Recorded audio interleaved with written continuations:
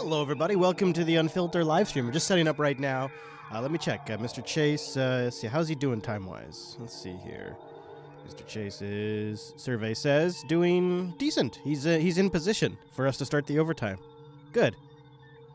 I missed some names last week, so our overtime's gonna have a whole bunch of names at the beginning. If you were a patron of Unfilter last week, if you became a new patron and I missed your name, I'm sorry about that. The list got cut off. And so I just read the first names on the list and then didn't read the rest that were cut off. So I apologize about that. It was my fault. Anyways, we're gonna start the overtime here in just a moment. I have a couple of buttons to press, a couple of things to relay, and then we'll start. Hello to the chat room. If you're watching live, irc.geekshed.net. And then if you go to #unfilter, and I just saw my IRC room.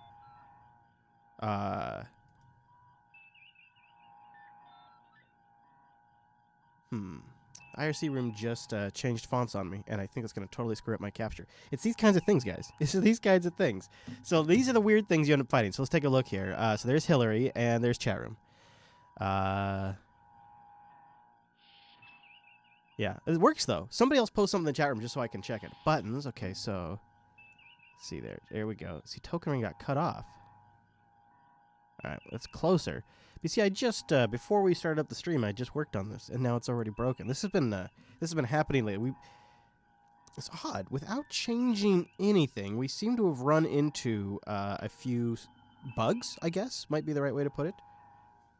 So I'm not sure. So it seems to be, yeah, it seems to be losing the application that it's supposed to be capturing. It keeps losing that application, and I'm not quite sure what's going on with that. Yep, there you go. The YouTube stream is up.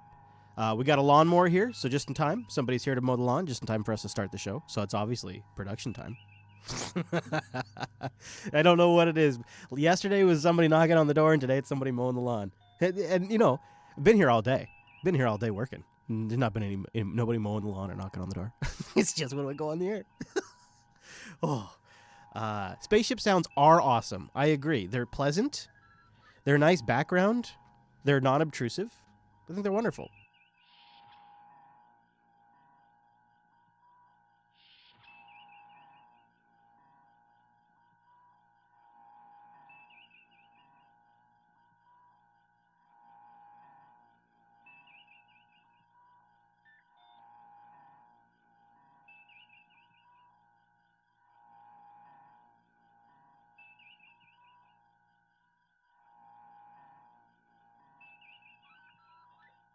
Okie doke. The lawnmowers, I don't think it's going to be a big deal. I can barely, I was just checking the levels here in the studio, and I can barely even see it register because of the gate and stuff. So I say we push on. What do you say, chat room? Do you have the courage to push on with me, chat room? Yeah, that's interesting. F4 just links about California State Congress looking at restoring broadband privacy rules, which would be very welcome. Okay. All things are in the go position. Whoa, not yet. Everybody simmer down. Simmer down now.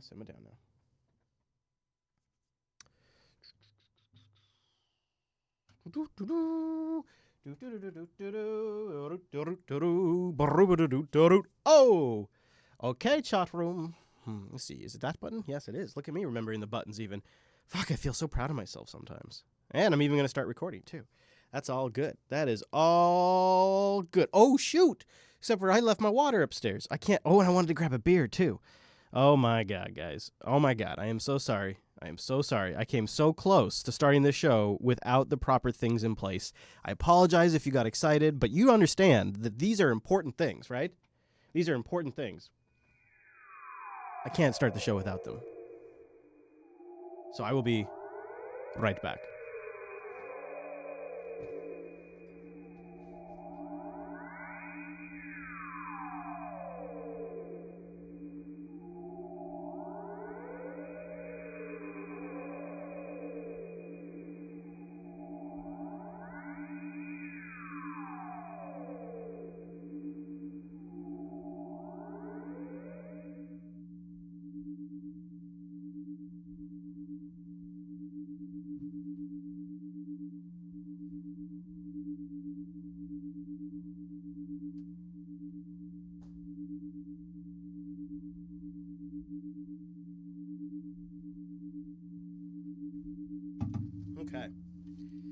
This, literally,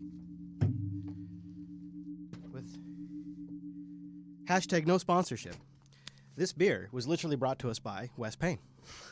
Wes Payne for Linux Unplugged. Thank you, Wes. You are fueling 2 beers. I don't know about that. I don't know about 2 beers. He only left me 1, actually. I mean, I love Wes, so I won't talk bad, because I don't blame him. But he took the rest, because this is good beer. So he took the rest and only left me 1. As he should. Okay. Have we double-checked our soundboard? Yeah, buddy, yeah. Here we go. Here we go. Do-do-do-do-do-do.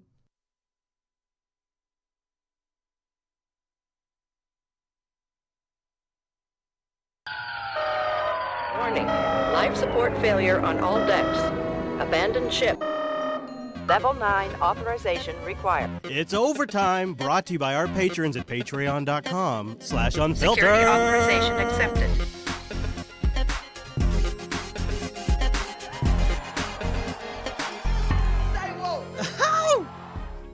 Thank you to our patrons at patreon.com/unfilter. We got a new batch of patrons.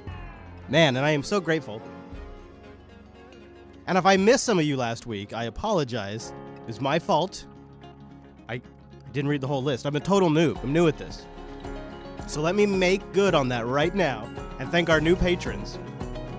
Patreon.com/unfilter. Thank you to James, Ricat, Rusty, Matthew, Lewis, Jose, Creatively Tech, Mo, James Z, Nick, Aaron C, Aaron E, Sam, Ranter, Christine, Tanner, Alex, Brandon, End User, Craig, and Carl, our new patrons for episode 241 and 240.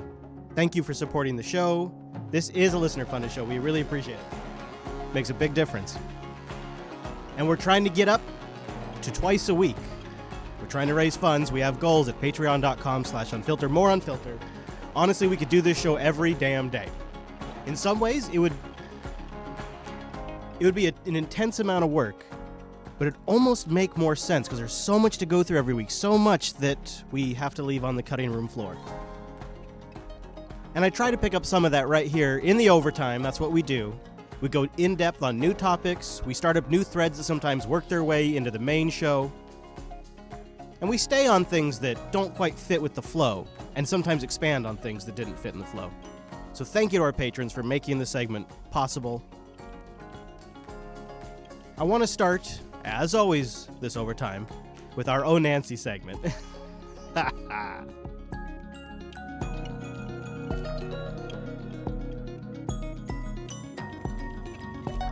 Nancy Pelosi seemed visibly shaken after the shooting, and during a Q&A, during her daily press briefing, she pinned the whole damn thing on Republicans.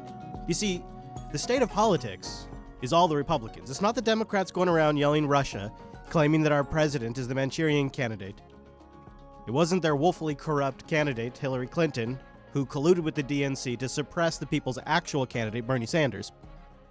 No, you see, it's the Republicans. And it really all goes back to the 90s in Nancy Pelosi's world.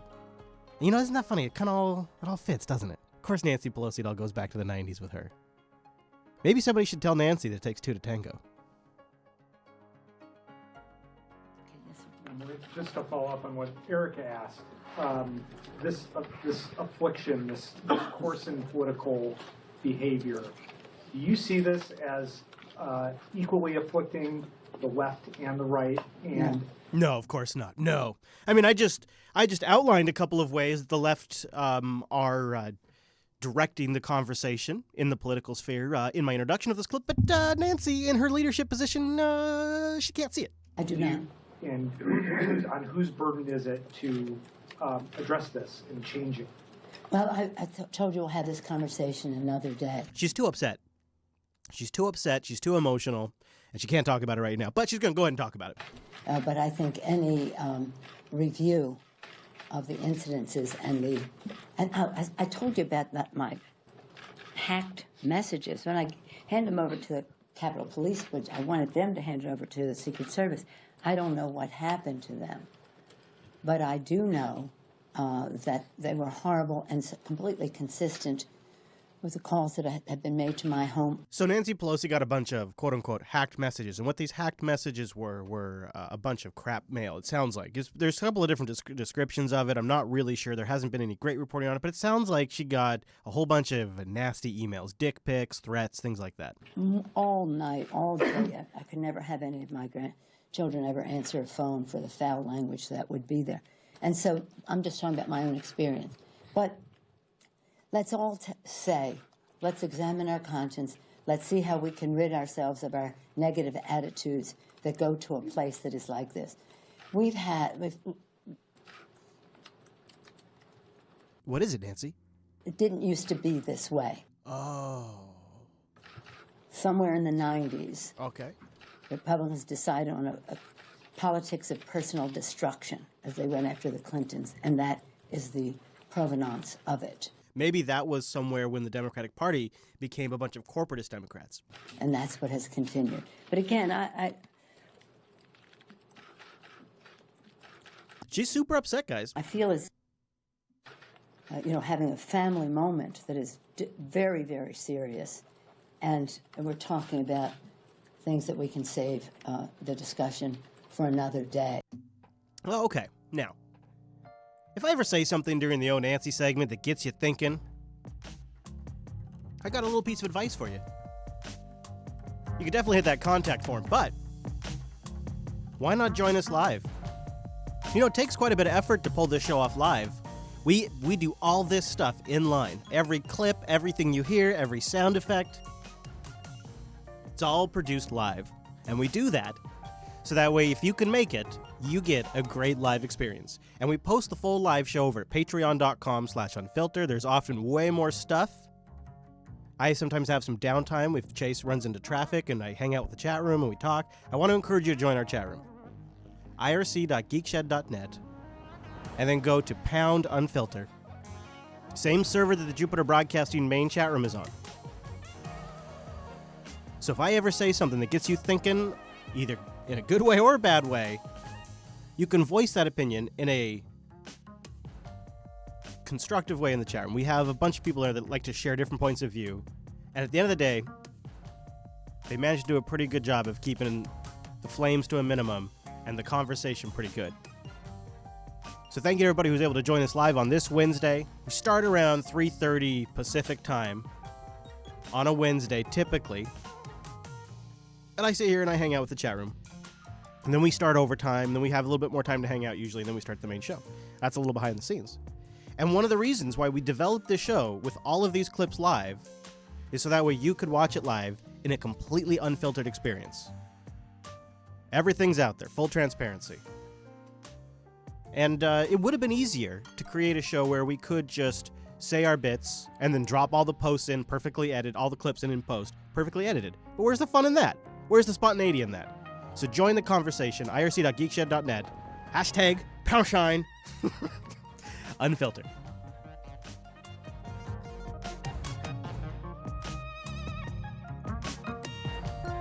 So Nancy's Pelosi's. The Pelosi's of Nancy. Some say after the recent Georgia loss, that perhaps Nancy's future is in question. Well, a major victory for Republicans and a crushing defeat for Democrats. Georgia Republican Karen Handel winning the most expensive House race in history by a bigger margin than expected. And the GOP chalking up another victory in South Carolina, raising questions about House Minority Leader Nancy Pelosi's future. Kyle Kondik is a political analyst at the University of Virginia Center for Politics. So what is her future, Nancy Pelosi? Well, I think her future is probably fine for now, but, the record for Democrats in the House since they lost 63 seats in 2010 has really been quite poor. Since that time, they've only netted one additional seat. Wow. I had no idea. I mean, I guess I did, but I didn't until recently have any idea it was that bad. and have been stuck fairly deeply in the minority. And, you know, when the Democratic House caucus met at the start of the year, they actually had a vote to see who the leader would be, and Representative Tim Ryan of Ohio actually didn't win the leadership, obviously, but got about a third of the vote. And I think there is some grumbling about Pelosi, if only because the electoral record is poor, and also because Republicans continue to be able to attack her with a lot of success, I think, in Republican-leaning districts like Georgia 6 decided last night. I mean, the record under Nancy Pelosi is this: since 2010, 63 seats have been lost for Democrats, and since then that's a net 1-seat gain. Yikes. Okay. So the reason why I actually played this clip was, well, the numbers are kind of interesting. But I thought it reminded us all why we have the Oh Nancy segment. I don't have the Oh Nancy segment to make fun of Nancy Pelosi, I definitely don't have the Nancy Pelosi segment to make fun of the way she speaks. I don't have it to make fun of Maxine Waters either. I have it here because I think there is systemic rot in the Democratic Party that is causing them to systemically lose votes. And because of that, candidates win by default if they're not a Democrat. And the Democrats have all come to the middle. And meanwhile, the candidates on the right, like Trump, are far right. And Bernie was far left. People are galvanized. People are angry. And when they're angry like this, they vote the extremes. And so when you're middle road, corporatist, bland talking points, you don't sell in this climate. And Nancy Pelosi is that to a T. So is Chuck Schumer. Adam Schiff is that as well. Yeah, and among other things. My point is, there is a problem. There is a rot in the Democratic Party that if they do not resolve, they're going to continue to lose elections. After all of this Russia bullshit, all of this talk, after all of the vitriol after the election, the Democrats still lost. There is a huge problem. In fact, it's not just me that thinks this. Take Michael Bloomberg, who we don't hear from very often, claims to be a Democrat. He's one of these corporatist Democrats. He's maybe the definition of a corporatist Democrat. He thinks Trump's gonna win 2020. Where do you see Democrats now? I mean, I think you gave... Well, they're being pulled to the left. You saw Hillary being pulled to the left. Do they have a message, actually, for 2020? Well, I don't know. I've thought that Hillary never really... I think she would have been a decent president. I said when I talked to the DNC that I had many disagreements with her. You know, but for the president, she would have been decent, and that's fine. You know, that's fine. A decent president's good. It's fine. And I'm not here to endorse her. Let me just say I didn't vote for Donald Trump, who's a very nice guy, but I didn't think is the right person to be president of the United States for a variety of reasons, which I talked about then. But Hillary never got a real message out. And Donald Trump, I always thought one of the reasons he never got a real message beyond don't vote for that guy. It was don't vote for that guy and the gender issue. Whereas Donald had a saying, make America great again. I don't know what again means, but America, that's patriotic. And great, that's a good word. Is he... I'm going to play that again, because you know what, to be honest, if that sounds a little... I guess I shouldn't be surprised, but it sounds patronizing. Whereas Donald had a saying, make America great again. I don't know what again means, but America, that's patriotic. And great, that's a good word. And I thought it's not quite that simple, but we do live in a world of 140 characters, and slogans matter. And it just, you don't think that that's what your decision's based on, but it predisposes you to really want to do something. And I never understood, given most of the media is Democratic, why Hillary couldn't find somebody to give her a good tagline. That's what she should have done, I always thought. I think recently you gave the chance that President Trump would be reelected 55%. Yeah, sure, because, do you think still about that? Well, the incumbent always has an advantage. It depends what the world is like in 3.5 years. If the economy is good, he had roughly 50% of the public vote, little less, but in the right place, so he got elected because of the Electoral College, but he had roughly half the people wanted him to be president. All right, stop right here. This is actually an analysis that it clicks. And now I understand why Trump's already spending on his reelection campaign. What he's about to say really clicks for me. So he makes the point. So he basically won about 50% of the vote. I mean, he got in because of the Electoral College, but he basically wins about 50% of the vote. And if it turns out that he's okay... Not even great. Not even good. Not even fair. I guess okay and fair, that's about the same. It's if he's fair, if he does an average job. Some of the half that voted against him because they thought he'd be a disaster probably wouldn't think that anymore, so that would help him. Incumbents always have an advantage. And the Democratic Party is going to be torn apart by the left and the centralists. That is a spooky, accurate prediction, I think. It makes so much... Like, Trump has so much momentum as being the incumbent.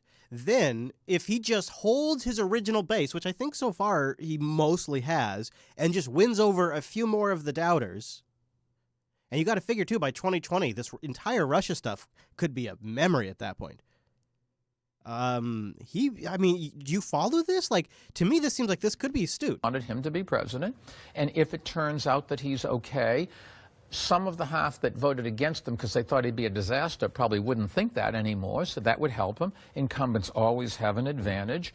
And the Democratic Party is going to be torn apart by the left and the centralists. Now, the Republican Party is also being torn apart. When he says left and centralists, by the way, I think because he's speaking in such high-level billionaire, like, this is just obviously how the world works. You media types know this because this is obvious. Here in the establishment, we're up in my nice throne. He's saying that the left and the centralists, well, the left would be Bernie Sanders, maybe Elizabeth Warren, yeah. Okay. Those type of candidates. And there are others. Maybe Franken's somewhere in that spectrum over there. But so there's a whole list of people, really. You have those folks, and then you have your centrists, like your Pelosi's, your Schumers, your Schiffs, et cetera, on and on. I hate it when I sit here and rattle off the same names all the time, but I feel like I got to give you some examples. They are going to be at conflict, just inherently, with their belief systems within the Democratic Party. And so the right kind of has their shit more aligned, especially if they're just going to get in behind the incumbent. There's not a lot to argue about there. Because they thought he'd be a disaster, probably wouldn't think that anymore, so that would help him. Incumbents always have an advantage. And the Democratic Party is going to be torn apart by the left and the centralists. Now, the Republican Party is also being torn apart between the centralists and the hard right, but they've rented a candidate, the candidate has rented a party, and they will probably, without much of a fuss, get behind Donald Trump, I would assume, assuming he runs for re-election. Assuming he runs for re-election, I cut a little tight there. The candidate has rented a party, and the party has rented a candidate. I really like the way he talks sometimes. I don't know, it's weird, though, also. It's sort of weird. He talks about how the media is democratic and that all they needed to do to help. Here's what he says. He says Hillary lost the election in part because of Comey, but also because the media never gave her a good slogan. She didn't come up with a message. Trump had that, right? Like he said. Trump had Make America Great Again, but Hillary, what did he say? Hillary didn't have a message. Other than Cooper, he volunteered in there. He says, well, except for don't vote for the other guy. Yeah, okay, great. Good job, Anderson. Good job. You've been listening. But he's right. Why didn't the media just hand her a slogan? They gave her everything else. Why didn't they give her a slogan? It just boggles the mind. Like, that would have made a big difference if she had a message that she stood for. And I think the key problem now, through all of this, to get away from the election, because I'm just sick of talking about, stop talking about Hillary for a second. Let's talk about the big problem right now. If there's one big thing, it's Russia, right? There's multiple investigations. James Comey's been fired. Special prosecutor Mueller may be fired. The assistant attorney general, Latuna, whatever, et cetera. All this stuff is going on. I mean, it's just this massive clusterfuck right now of Russia. And it's something that I haven't said for weeks, but this clip gives me the opportunity to get back up on this old soapbox and dust it off and say this. We've got to stop talking about Russia, okay? There is way more important stuff going on. Way more important stuff going on. Like, you want one? How about healthcare? Let's talk about healthcare. But no, it's all Russia, Russia, Russia. All right, let's talk about the Middle East. Let's talk about Syria. Nope. Leave that to RT. We've got to talk about Russia. Okay, all right. Well, can we talk about infrastructure? No, what? Russia? Oh, okay. Georgia and places across the South and the Midwest. It's kind of reflective of the conversation we had after the presidential election back in November, which is that the progressive wing of the Democratic Party said we need to be more progressive. And we heard that last night and again this morning from groups like MoveOn.org. The lesson was that John Ossoff was too moderate. Do you think running for office right now in this climate as a Democrat means you ought to be more progressive or more moderate? I think what it means is the Democrats have to be hyper-focused on an economic message that tells people that the Republican Party is all about economic growth for millionaires and billionaires, and the Democratic Party is about economic growth for everybody. If the Democrats get back to that message and they speak on it with unity, and whatever candidate best represents that message, they could have a couple of home runs, but then they're not doing it, and it's their home field advantage. Was too moderate. Do you think running for office right now in this climate as a Democrat means you ought to be more progressive or more moderate? I think what it means is the Democrats have to be hyper-focused on an economic message. This is Senator Chris Murphy, by the way. That tells people that the Republican Party is all about economic growth for millionaires and billionaires, and the Democratic Party is about economic growth for everybody. And I think Robert Costa is right. The fact that we have spent so much time talking about Russia has been a distraction from what should be the clear contrast between Democrats and the Trump agenda, which is on economics. Or climate, or health. When I'm back in Connecticut, I often get on a commuter bus and ride it for just an hour to talk to folks, that frankly don't normally call my office or write my office. And I'll just say they are never talking about issues like Russia. They are not talking, frankly, about what's on cable news at night. They are talking about the same things: wages. They're talking about education. They're talking about public safety. Senator Murphy, he's got it, like Admiral Murphy. It is a slam dunk if you stay on point. And there's a core problem. If you ask the corporatist, leftist, rotten Democrats, I'm sorry, not leftist, the corporatist, centralist, rotten Democrats, who's the leader, they're gonna dance around. They're gonna say maybe Nancy, maybe Hillary, maybe Obama, and it's kind of cute. We've played the clips before. They kick it around. If you ask the people, like in polls, like if you ask the people who would be voting, they say Bernie Sanders still. I didn't know if that was true. In fact, I wasn't sure if Bernie was still polling as much weight as he did during the election. So I did some digging around to kind of see what sort of influence or popularity is not the right word. Like, it's power. It is essentially political power. That's really what it is. How much political power has Bernie Sanders retained now that he's an independent, now that the election's a memory? How much political power does he retain? And is the party recognizing it? Everybody was down in Arizona trying to figure out who the leader of the Democratic Party would be moving forward. And that leader was actually in Michigan giving a speech, and his name is Bernie Sanders. The Democratic Party is failing. I think it is time for the Democratic Party to reassess what it stands for and where it wants to go. The soul of the Democratic Party was lost. That Trump didn't win the election. The Democratic Party lost the election. In my view, it is not a question of Trump having won the election. It's a question of Democrats having lost the election. Now, the truth is, Democrats should not be losing to a candidate who insults so many people. The Democratic Party must finally understand which side it is on. That Trump didn't win the election. The Democratic Party lost the election. Well, right now, I was elected for this term as an independent. I'm completing my term, and I certainly will stay as an independent completing this term. We'll cross the next bridge when we come to it. Do you consider yourself a Democrat? No. No. I wonder if he could run as an independent now that he tried it once as a Democrat. Traditionally that's not going to work, but maybe now? What do you think? Leave a comment. Tell me in the chat room. Could he run as an independent legitimately? And I'm seriously asking this. I mean, we've watched it now for 2 election cycles in the Unfilter show. You had Jill Stein. You had Gary. I mean, there's lots of people who try to run, but they don't even make it to the debates. Remember how close Gary got? Didn't even make it to the debates, though. So, if Bernie Sanders ran as a third-party candidate, would he even have a snowball's chance? And imagine if he did, the political latitude he would have, the runway he would have not being a Democrat.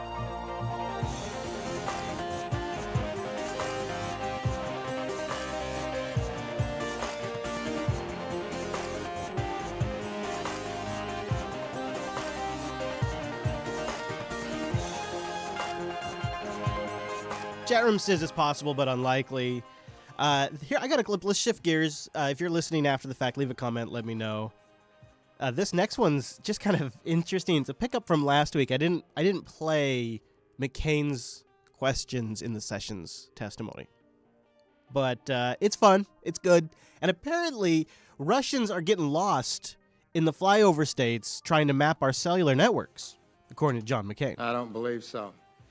Politico recently reported that in the middle of the 2016 Politico. Senator John McCain, quoting Politico, everybody. elections, the FBI found that Russian diplomats whose travel the State Department was supposed to track had gone missing. Some turned up wandering around the desert or driving around Kansas. Reportedly, intelligence sources conclude that after about a year of inattention, these movements indicate, one, that Moscow's espionage ground game has grown stronger and more brazen. Yeah, they're getting lost, but it's strong and brazen. And that quietly the Kremlin has been trying to map the United States telecommunications infrastructure. That's, code for Putin. That's a fascinating story and something I've noticed now in watching Jez's testimony, Joseph's testimony, watching Sessions' testimony, watching Comey's testimony, watching the intelligence guys where they did it kind of as a panel testimony. Every single little stupid rumor that the Washington Post has had to correct or that the New York Times has ran with has been asked. It's been fodder for questions.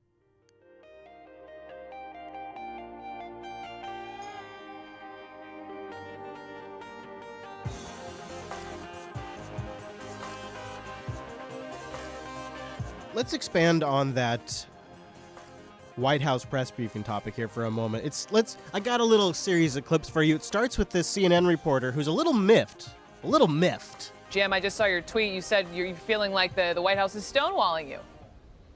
Yeah, Brooke, I wish we had some video or some audio from this briefing to share with you. Oh, man, it starts right there, guys. But the White House mandated that we are not allowed to cover the White House press secretary for the United States of America in that fashion.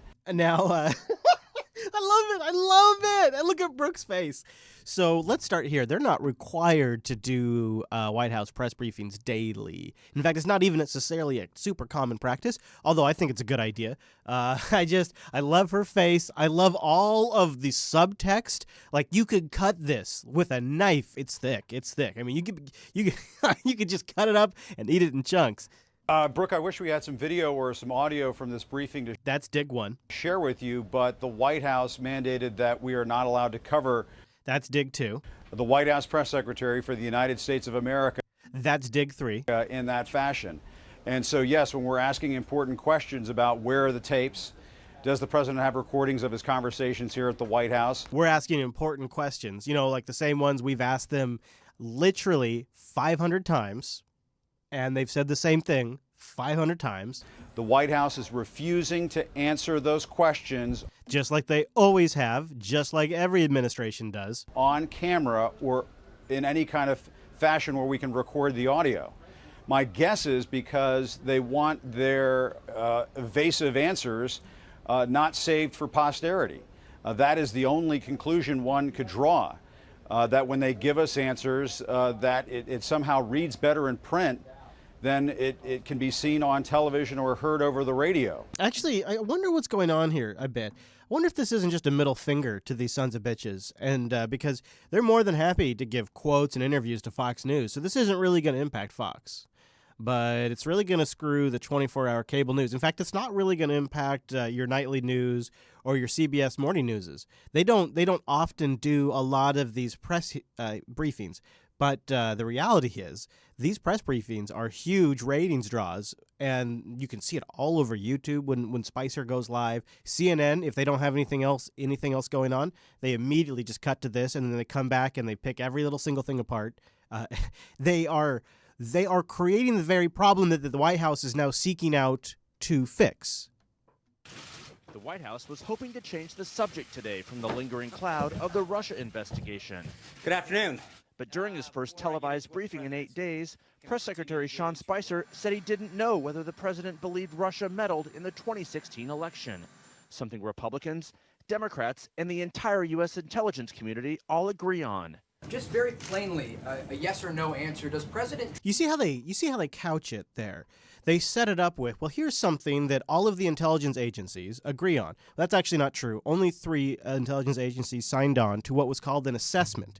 An assessment, you understand, is not the same thing as finding. It is not the same thing as an accusation. It is not the same thing as evidence. Assessment, and it was 3 agencies, the NSA, the CIA, and the DHS. Well, the DHS was created under the Bush administration to go install body scanners in airports and put the TSA in place. And now, because it's Homeland Security, they're trying to get in on cyber. They're trying to get in on the game because that's where the money is at. So just write the DHS off because it's completely a political organization with no expertise that is simply trying to get more funding so that way they can protect the fucking homeland. It's a bullshit agency, so write DHS off. Well, the CIA, let's go there for a minute. The CIA has been battling Donald Trump since the moment he got into the office and before then. The CIA wanted Hillary Clinton, your good friend, went on CBS, and he sat there, CBS contributor in security analysis, sat there and he told the world that Hillary Clinton was the best candidate for security. Hillary Clinton was the best candidate for going after Assad. Hillary Clinton had the best plan, and that Donald Trump would be dangerous. And then once the Russia allegations came up, of course, he was right back on CBS again. These things are concerning, Charlie. These things are concerning, Charlie. The entire CIA responded after the election in leaks, in selective information to Donald Trump. The CIA, for whatever reason, and I would imagine it's because they want the candidate that's going to continue the programs that they're involved in. I mean, the situation in Syria is really a CIA operation. The people there that are assisting the rebels, quote unquote, those are CIA operatives. The drone program run by the CIA, well, in Syria and Iraq and Libya, in all of the Yemen, all of these areas that we have some amount of military operation going on, the drone program plays a key role in that. Well, the CIA is still running that aspect of it. It's not run by the Pentagon. It's supposed to be. There was an attempt to make it happen. In fact, there was quite a bit of discussion about it, and there was even the announcement by the Pentagon that they'd be taking it on, and then the transfer never actually occurred. It's still run by the CIA. More wars means more funding for the CIA, and Hillary Clinton was the war candidate. Now we're actually in office, and Donald Trump has pivoted on many of these things. He's really following the establishment line on anything that comes with military intervention, which I always assumed he would. He didn't care. That was never his thing. He didn't care. The CIA, after that, after he made these pivots on NATO, after he dropped bombs on the Moab on Afghanistan, after he launched the missiles at the Syria air base, a lot of the CIA's war against Donald Trump sort of turned down. We still have leaks, but it slowed down. It definitely went from an 11 to like an 8. So the CIA saying that Russia was involved in trying to hack the election is almost an uncredible source to begin with, but okay, so they're on there. They're pretty confident that Russia was involved in trying to get involved in the election. Seems like, of course, they were. So you got the DHS, you got the CIA, and then you have the NSA on this report.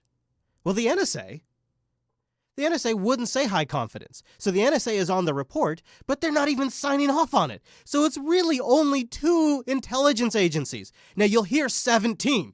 That's the number from the Clinton campaign, and it just gets repeated all the time. 17 intelligence agencies agree that Russia tried to hack the election, and that implied is that Russia hacked the DNC. When in reality, it's more like probably things at the state level. It's trying to it's more benign. It's not like some sophisticated information warfare campaign coordinated by Donald Trump, WikiLeaks, and Vladimir Putin. That is a fucking ridiculous conspiracy theory. It's a ridiculous tinfoil hat conspiracy theory. And it's propped up by this 17 intelligence agencies say that Russia did this. It's actually 3, and only 2 of them are confident on a quote-unquote assessment. So when they start this piece with throwing that in his face, you know it's a biased report immediately. So the White House wants to cut back on press events because CNN and all of the other networks take these press events, cut them up, and then use them to promote messages that are complete shit. And it starts at the very beginning of this clip. This very clip underscores why the White House wants to cut out press briefings. The White House was hoping to change the subject today from the lingering cloud of the Russia investigation. Good afternoon. But during his first televised briefing in 8 days, Press Secretary Sean Spicer said he didn't know whether the president believed Russia meddled in the 2016 election. See, they won't let it up, and they're sick and tired of it. You can only answer the same thing and just fuel the news cycle so many times before you're going to just stop. And here they are doing it when there's nothing. There's literally nothing new. Nothing new has developed this week, and they're still milking this cow. And at some point, they're going to have to turn off the milk. The president believed Russia meddled in the 2016 election, something Republicans, Democrats, and the entire U.S. intelligence community all agree on.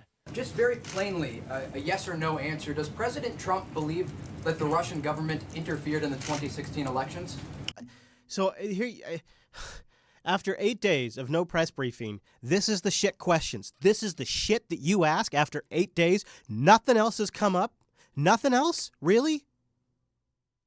What about all the stuff going on with healthcare? Why don't you ask? It's so frustrating. And if I was Sean Spicer and Donald Trump, I wouldn't want to have these bullshit press conferences anymore either. It's so unproductive. Just very plainly, a yes or no answer. Does President Trump believe that the Russian government interfered in the 2016 elections?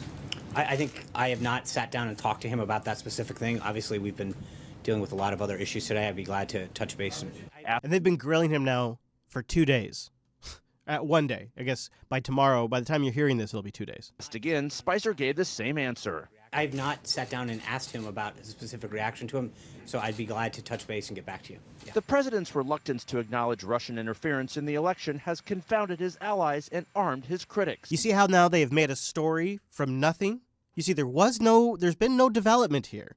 Nothing has happened. There's no new position of the Trump administration. There's not even a tweet, not even a damn tweet. All that has happened is that some piece of shit, slick back reporter asked Sean Spicer once again about something that they never get an answer to, and now they're using that to conflate the rest of this piece. To acknowledge Russian interference in the election has confounded his allies and armed his critics. I wouldn't hold a press conference either. And so what they're doing instead, remarkably, is they're still holding press conferences. They're just saying no cameras, no audio. And the media knows why. It's because they do this. This is where they get their source material from for their reality television show that they've got everybody hooked on. It's also helped fuel the investigation on Capitol Hill and by a special counsel. Meeting with the president of Ukraine in the Oval Office today, Mr. Trump had strong words for North Korea about the death of Otto Warmbier, the University of Virginia student who died Monday. Now, this arguably should be what the press conference was about.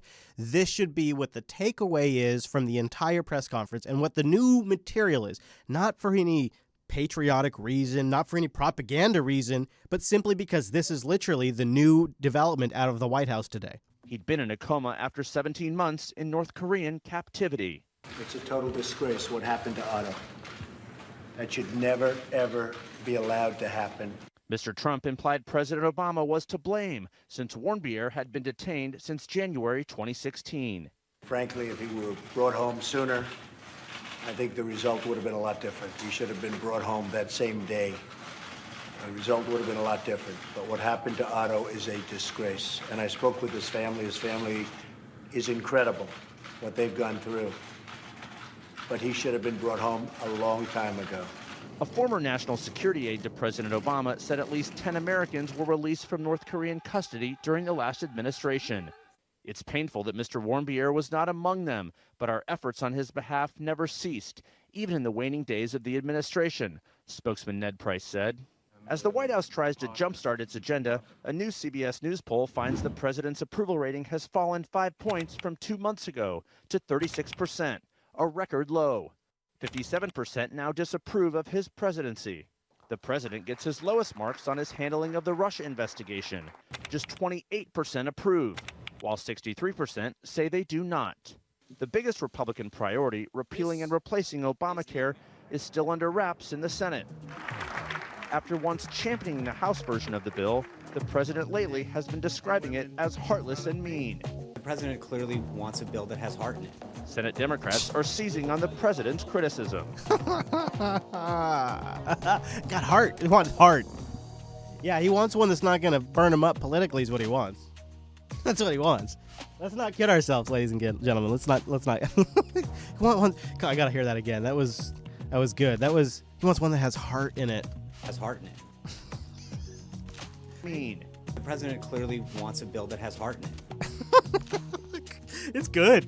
Yeah, Spicy, I'll give you credit. You tried hard. So Hellinger in the chat room, it just went off the screen, damn it. Hellinger in the chat room asks me, he says, okay, Chris Lass, so what intelligence organization's assessment, quote unquote, would it take for you to believe, if not the three largest, most powerful intelligence organizations in the free world? Oh, I always love the free world one.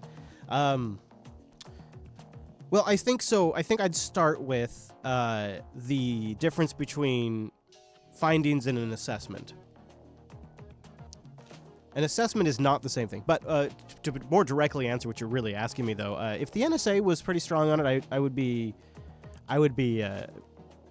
guess I would give that some weight. But I tell you what would really do it for me, to be completely clear, is publish findings with redact as you must, as they always do, that are believable. So the reports, I've read all of them. I've read the report. The reason why I can tell you that only 3 agencies signed off on it is because I literally read it, and it's right there. It's right there in the first couple of pages. It's not, they don't hide that fact. It's just not how it's reported. If you read the report, it's right there. Who signs off on it? And the NSA isn't even confident in the report. It's right there. And so when you read that report, it's kind of sad in a way because, you want to feel like you can have faith in your government. You want to feel like you can be safe and that your country is powerful and that your government is believable and that it's sort of a hard fucking thing to read, especially if you've ever worked in IT or especially if you've worked in the security area of IT. It's weak, man. It's really weak sauce. There's nothing solid in there. In fact, they dance around most of the issue the entire time. And so you look at that and you go, fuck. This is what all this is based on? Oh, shit. I mean, it's not a good feeling. So I tell you, I'd happily read a really solid report by, say, like the NSA, because this is their area.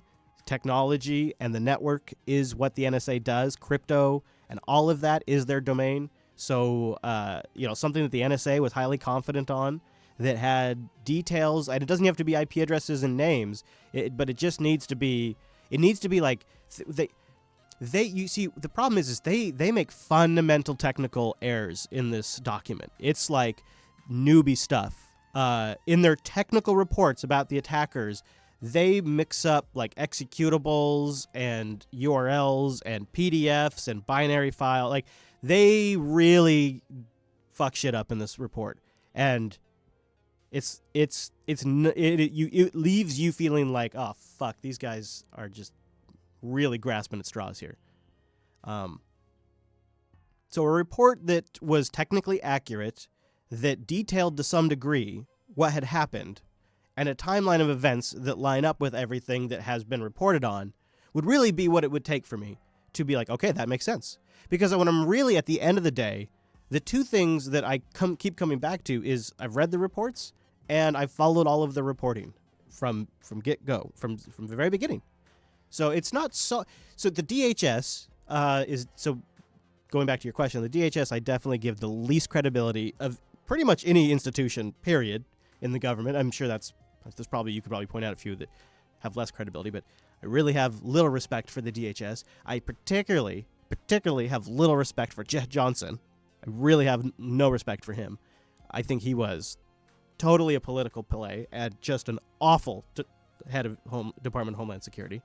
I really have no respect for Bush Jr., who created the DHS, in my opinion, as a jobs program to start the TSA, which has been a colossal failure that we just continue to invest money into. So the DHS is truly what the fact that we're relying on their reporting I think shows you how far they are willing to stretch to take anyone's endorsement.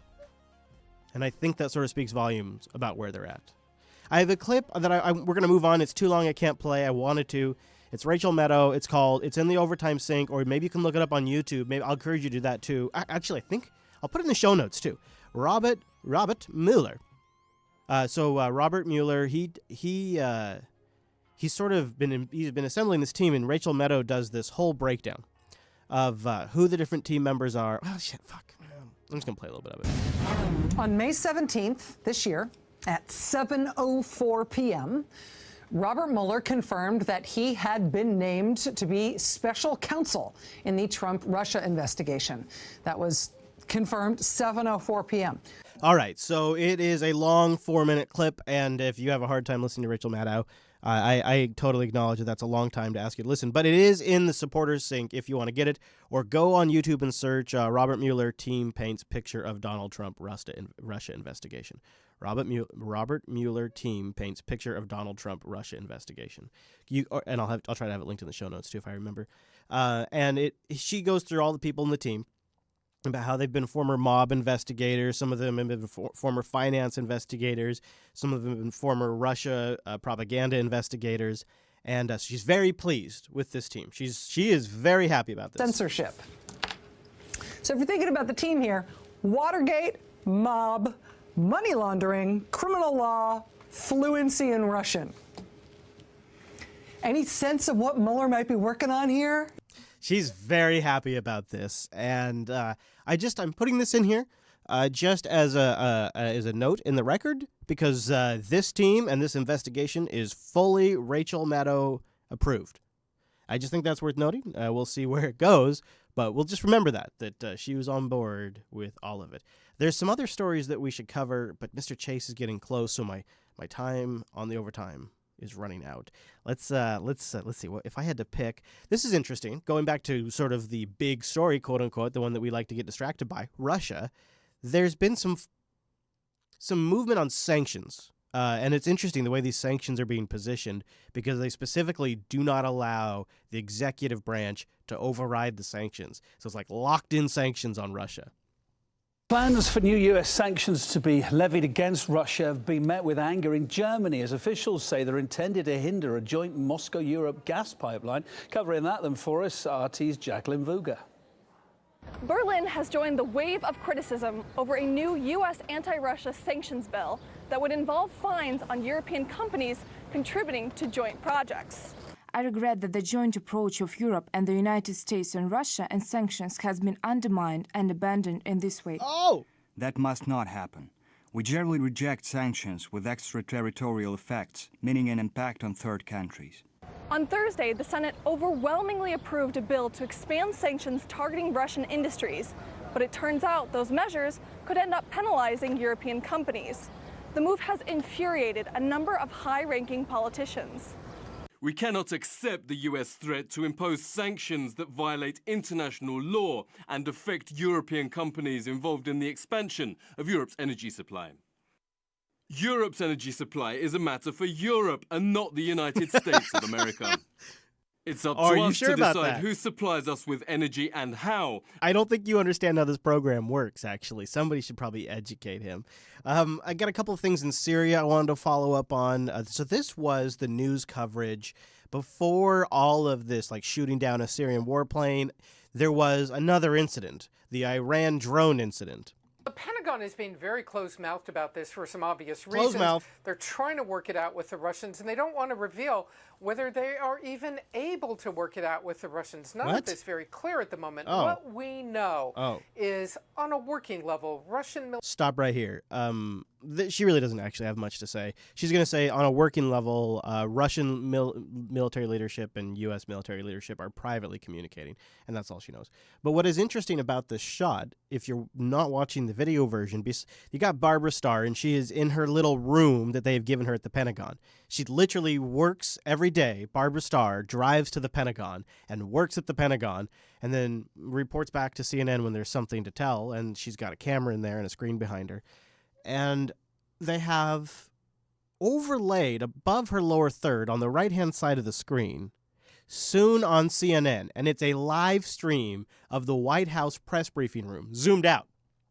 So you can see all the chairs and the entire press pool, and you can see Spicy Sean's podium, and you can see the LCD screens behind him. Like, they have that so you can constantly see what the fuck's going on in that room every damn second, because God forbid you don't have a live stream. And you know what the problem is? And I shit you not, the problem is they're losing ratings to YouTube because people are switching over to watch that.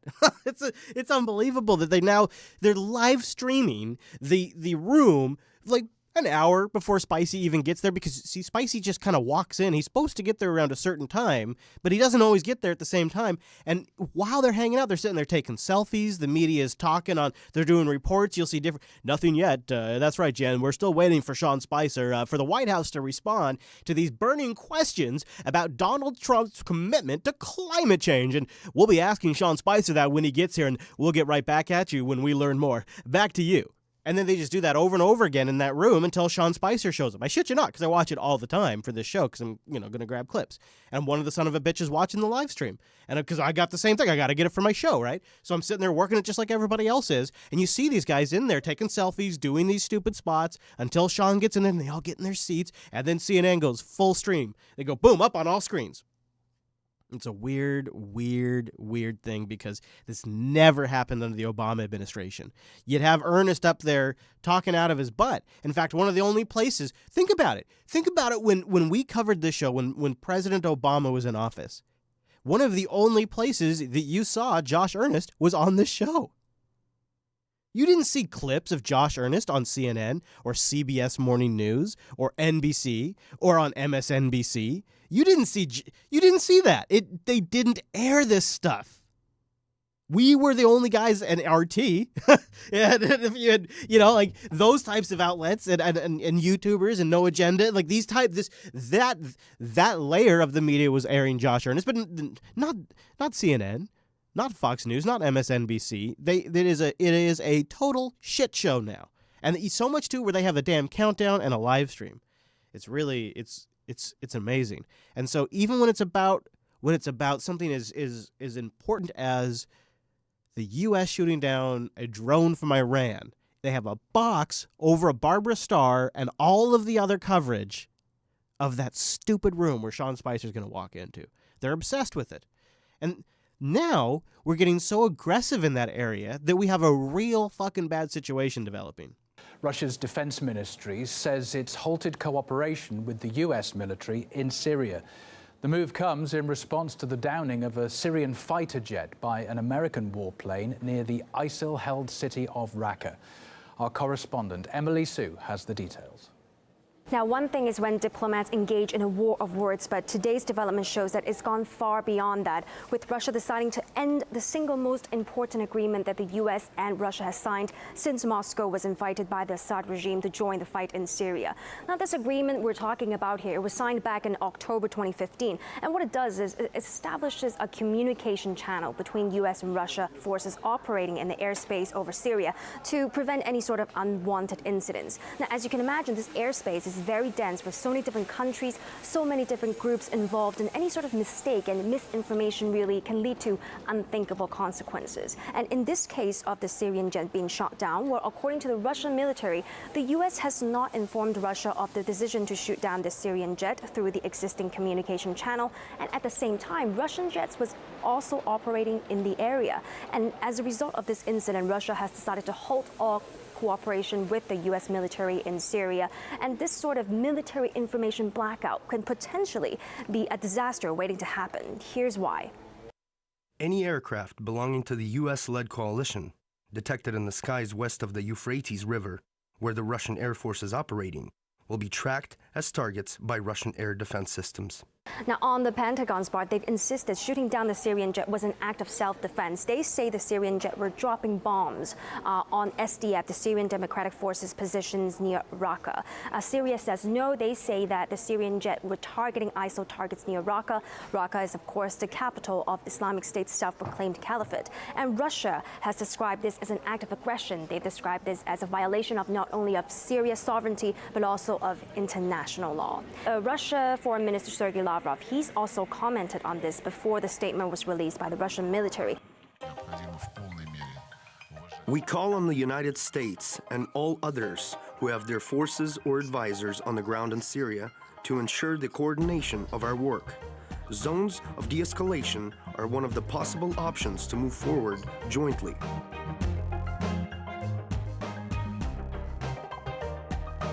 Zones of de-escalation. All right, how about a little good news?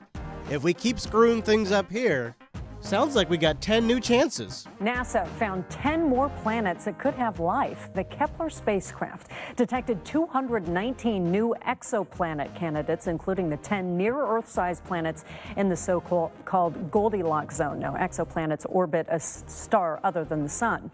And scientists say for the first time there is at least one planet that almost matches the Earth. The rock is only 30% wider and has an orbit of almost exactly 1 year. So there's always the plan B. And last but not least, it may be a little crazy out there. Politics may be more brutal than ever, but it would seem, even in austerity and isolation, in historic times, love can still blossom. And Pete, I know you. Why don't you read this one, Pete? This is your jam. Hand it over to me.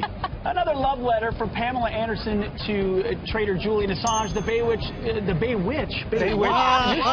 star, titling the letter "Why My Heart Stands with Julian." The Baywatch star writes, "Thinking of Julian makes me wonder, what is the sexiest quality in a man? Surely the sexiest qualities in a man are bravery and courage." And Anderson calls on world leaders to petition for WikiLeaks founder's immediate release from the Ecuadorian embassy in London before lashing out at British Prime Minister Theresa May for her handling of the Grenfell fire. She then invites French President Emmanuel Macron to the meeting to discuss Julian's situation. How drunk was that guy? You got to play that back. Listen to that. That guy couldn't get a single word out right. It's probably not booze. It's probably something else known Fox News. All right, guys. Thank you so much for tuning in this week. Hope you enjoyed the show. I'll see you back here. Thanks to our patrons at patreon.com/unfilter. Thanks to our chat room for making the time to carve it out and be here live. We really appreciate that as well. See you right back here next week. Thanks, guys. Eat more pizza.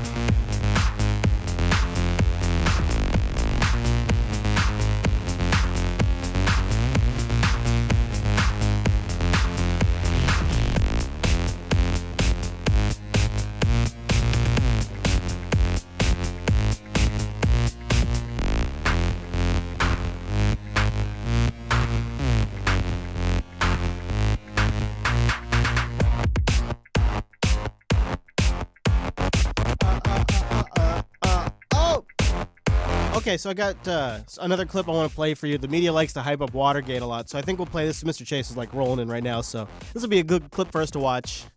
It was a political scandal that changed our country forever, beginning with the break-in at Democratic National Headquarters in the Watergate office complex, and ending in the resignation of President Richard Nixon.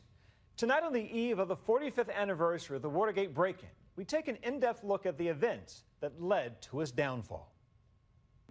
The president is going to address the nation and presumably announce his resignation in a half an hour from now. People will be at television sets and radios tonight to hear what the president has to say. This is the political crime story of the century. In just a moment now, the President of the United States will begin his speech, perhaps his last speech from the White House. He always saw enemies. He always saw people in the shadows. And his motto, I believe, was, do unto others before they have a chance to do unto you. That's enough. There was an obsession with leaks. You don't blame the leaks when facts come out that are showing wrongdoing. No, there will be no picture. This is the funny thing. Had it not been for Watergate, I think this man could have gone down in history as one of the more significant presidents in the history of this country. Out. You don't have to stay, do you? We were witnessing the implosion of an American presidency. The president has taken his place at the table in the White House where he's going to speak. Here now, the next picture will be the President of the United States. I have never been a quitter. To leave office before my term is completed is abhorrent to every instinct in my body. But as president, I must put the interests of America first. Therefore, I shall resign the presidency effective at noon tomorrow. It was the scandal that took down a president, a plot of lies, espionage, and secret dealings that shattered how the nation viewed the presidency and the truth. It all started here, the now infamous Watergate office building, when police were called to investigate a strange break-in. I was a sergeant assigned to the people on the street, called us the bum squad. What I looked like in 1972 was like a junior Charles Manson. Georgetown, Friday night going into Saturday is always crazy back then. On June 17, 1972, there was a break-in at the Democratic National Committee's headquarters in the Watergate office complex. This was the start of what would be the political crime of the century. At the center of it all were two men, G. Gordon Liddy, an ex-FBI agent who had been hired by President Nixon's campaign to run covert operations. He recruited James McCord, the security chief of the committee to re-elect the president. And the plan was to get negative information about the potential nominee of the Democratic Party. But how are you going to get the negative information? A lot of people would say breaking into the Democratic National Committee was way out, off the charts. Yes, but not that far off. McCord would go into the Watergate building and put in tapes in the door. It was taped, so it would not lock. The hero of that night was a man named Frank Wills. Frank Wills was the security guard at the Watergate office building. You found the door taped once, and you took the tape off. And then you found it taped a second time. It was something that told me that you should check, not only check the door, but that you call the police. About 1:52 in the morning, the call comes out for an alleged burglary at the Watergate Hotel. I just kind of blinked my eyes. Yeah, we'll take the call. I had on a old funky golf cap. I think I had just like a T-shirt underneath, trying to give me the image I wasn't a police officer. If a uniformed car had answered that call, it could have been a whole different ballgame. There's a lookout, Alfred Baldwin, who's supposed to warn the burglars if there's trouble. The police unit that responds to the call, they're not dressed like police officers. So Baldwin doesn't even notice them. Our adrenaline is pumped. We get to this room here. I kick the door open. I pulled my revolver. Baldwin was supposed to be the lookout across the street. He was watching a show called Attack of the Puppet People.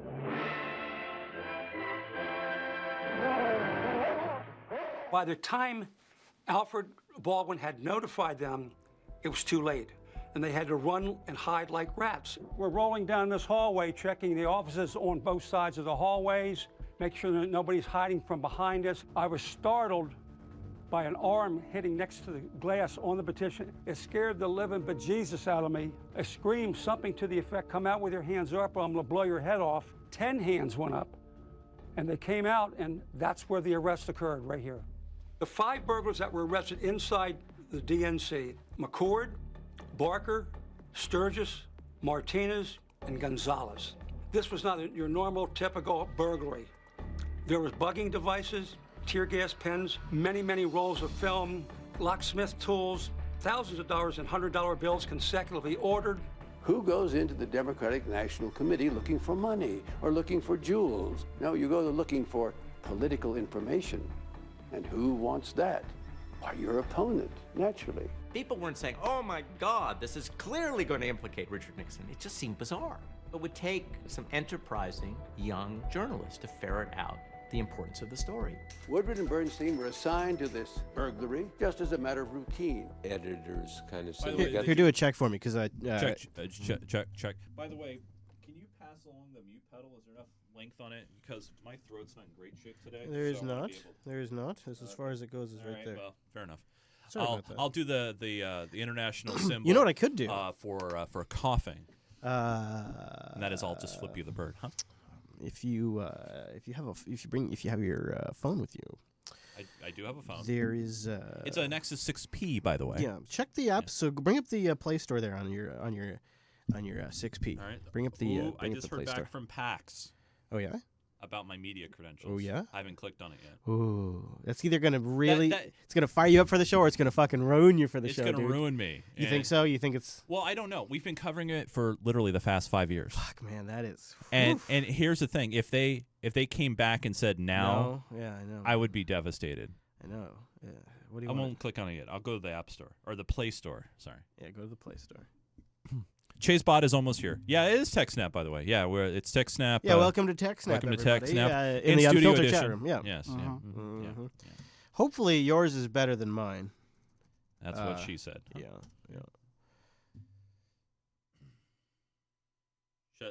That's what she said to you. So, but the in regards idea to- is. All right, what am I getting in the App Store? So here's the idea, right? Is you can get the X32 app. Oh, then I mute and my then channel. you can mute your. Yeah. So X32 app. Okay. I like that actually. Yeah, it's kind of X32. cool. Yeah. Which one? Well, I don't know. Holy shit. I think there's only I don't know. I honestly don't use. We'll play with this later. I don't use the dumpster fire that is Android, so I couldn't tell I'm going you. for it, Chris. I'm just all right. I just clicked the email title. I did not read it. I'm not even looking at your mouth right now. Oh, okay. Don't worry. Don't get too excited. Let me guess. It's just we received your info. Yeah, we'll get back to you soon. But it does look like a real human being, so that's It good. is. So a real human being's going to review it, which is good. And actually, they don't usually say if it's not a human, they say hello, blank. Yeah. This was hi. Blank. That's good. That's good. Chat room, please bang suggest because I'm going to be honest with you guys. I haven't told anybody else in the audience this, but I just got done on a 2-day juice fast, so my brain it's a little foggy, and I need you to come up with a good title this week because if we don't get one, and it comes up to Chase and I, it's going to come down to I don't know. I mean, it's going to be rough. Womp womp. All right, Chase, give me a read on something real quick there. All right. Would you like me to read you something? Mm-hmm. I can definitely read you something. It's one of those really interesting things that today, for example. In our day. But did you know that Democrats seethe after the Georgia loss? Yeah, that's true. Yeah, that a notoriously gerrymandered Republican district was unable to be flipped by a Democrat. Go figure that one out. I don't understand. You see, Chris, let's talk about gerrymandering for a minute. This is when committees form voting districts to keep their guys in power. Oh wait, that's not the way it's supposed to be. What? I'm sorry. Is that good? Is that good? Yeah. All right, all right, so here we go. It is the what's that? I'm sorry. That was on air. This is the Unfiltered program. It's 2:41. We're gonna start recording here. Gonna go full screen here. So chat room, please bang suggest. Bang it. Whoa, that's my there's view. Her, and there's us. Yeah. Oh wait. Yep, there you are. Hey, there you what's are. with the frame rate? Is that a Linux thing? I think it's a low light thing. Ah. Right, because it's dark in here. Did I tell you? I did tell you that I smartified my bedroom, right? No, what'd you do? I got LifeX bulbs. I got Alexa. Yeah, nice. I got cancel. That's your magic word. I'm yeah. surprised you don't use computer for I thought Mr. about Star it. Trek here. I thought about it. I tried to convince Catherine to do it, and she was just like, we say the word computer so much. Yeah, that's kind of what I thought. Yeah. All right. Last thing, real quick. Yeah. You're in Star Trek universe. Okay. You need to engage the computer to get it to prompt, but you can't say the word computer, and you can't use a control panel. What do you do? Would you have a comm badge? Nope. Because you can't interface. Yeah, I know, but nope. Where are you? You're on the ship. But where on the ship though? Where? Because you have the Elcar's corridor interfaces where you could just. But you can't touch anything. So you can't touch it, and you can't what? You can't touch anything, and you don't have a comm badge. You don't have a comm badge. But you need to engage the computer. But you can't touch anything. Can I talk? Absolutely. Well, then why wouldn't I just invoke it with my voice? Let's say you can't say the word computer.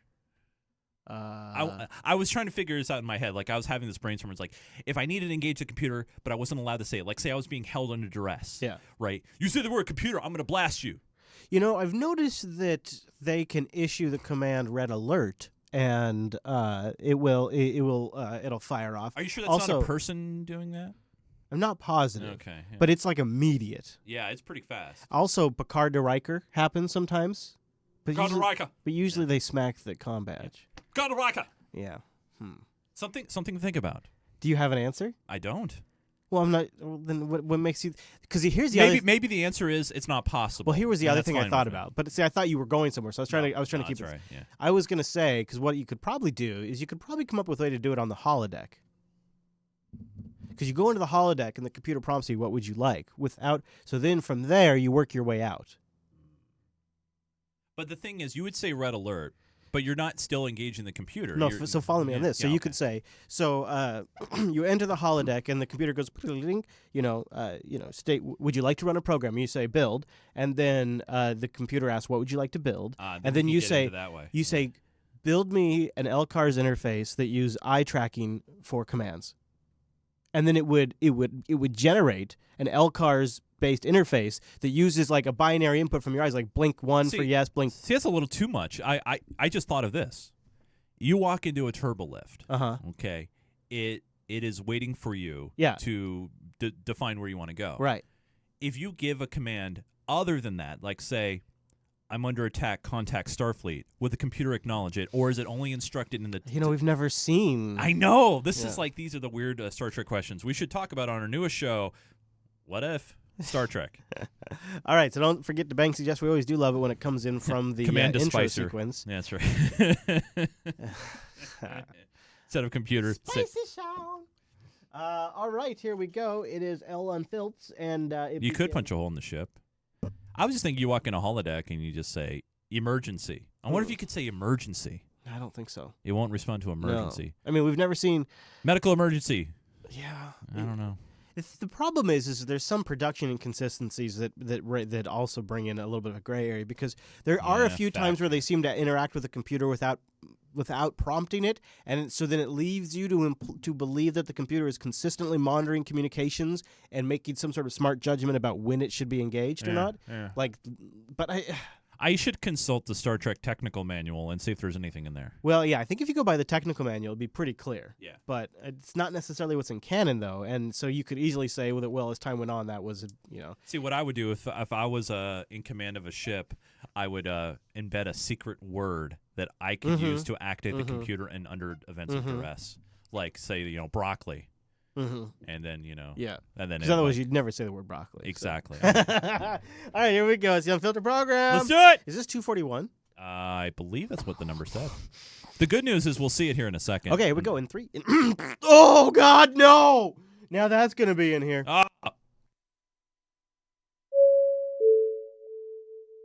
This is Unfiltered, episode 241 for June 21st, 2017. He's not afraid of the investigation. There is no investigation. I want to be clear here. Spanning Sunday morning TV screens, one of the president's personal lawyers going on offense. But there is not an investigation of the President of the United States, period. But contradicting the president's own social media admission made Friday. I am being investigated for firing the FBI director. Notably, the president did not repeat that today in a trio of tweets where he denounced the distraction of the witch hunt. The president's apparent admission dismissed by his lawyer as just a response to news stories. But the discrepancy set off sparks. You don't know that he isn't under investigation now, do you? Well, no one's notified us that he is, so I can't read people's minds.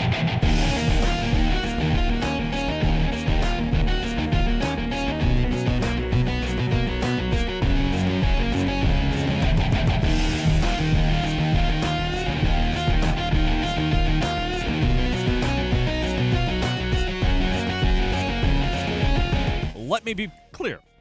This is the last episode of Unfilter. Oh, wait. I haven't been told that it isn't the last episode. Okay, got it. Anyway, welcome to the show, everybody. Great week. Lots of great tweets to go over. Of course, we're going to talk about the cyber and much more. It's Chris. We got tweets, Chase. There's Chris. Hey, Chris. Chase, I'm actually proud to say I don't believe there's a single tweet linked in this week's show notes. I'm not positive about that. I don't believe you. Because, in one story, like the opening clip, there's tweets in there. You can't help yourself. You know what? It's just it's like a fire hose. It is a witch hunt. We're going to get into that, Hunt, but I feel like there's so many things to go through this week that I want to give people just like a little bit of a heads up of what's coming down. You mean like a tease? Like a little, yeah. So there's, I think actually the biggest story this week isn't any investigation or Tweeta. You know what I'm saying? Where are you going? Oh, okay. You're throwing me off by walking around the studio right now. I'm like, hey. This is what I do now. Whoa. I'm going to start taking off my shirt here in a minute, and I'm just going to let it go. Anyways, I don't think there's. I mean, so we definitely have some updates. Jeff Johnson was questioned as part of the Russia investigation. We have a couple of follow-up things. There's obviously some things that have been discussed about Trump's tweets. I also want to discuss Alex Jones and Megyn Kelly. What are they up to? But I think the biggest story this week is really going to be what we're going to talk about when it comes to Syria. Things are different this week than they were last week. And the U.S., has shot down a Syrian fighter jet for the first time since this whole thing started. And it's sort of changing the entire situation. So we're going to talk about that as well. But we do like to start with a little cyber just to warm us up, get us a little excited. And there's two stories in the cyber category that I want to track. The first is the one that's probably the most applicable to our U.S. audience. The second is the story that we're tracking now in cyber, which is the UK Prime Minister's apparent rampage against the internet. But we'll get to that. Let's start with Chase Nunes' good buddy. My friend. WikiLeaks has released damaging new information that a CIA project called Cherry Blossom has been hacking into home Wi-Fi routers since 2007. That's not all. The CIA reportedly used that hack as a listening device. And for more on this developing story, we're joined by... Who? Who do you think? So if you're going to go to an expert on the NSA, CIA, leaks, cyber war, hacking, spying on citizens, constitutional rights. Who do you go to, Chase? Chase, who do you go to? Who's your go-to? Constitutional rights and, that. Cyber hacking, CIA leaks. I would go to, professional, maybe some sort of security agency. I would maybe call you.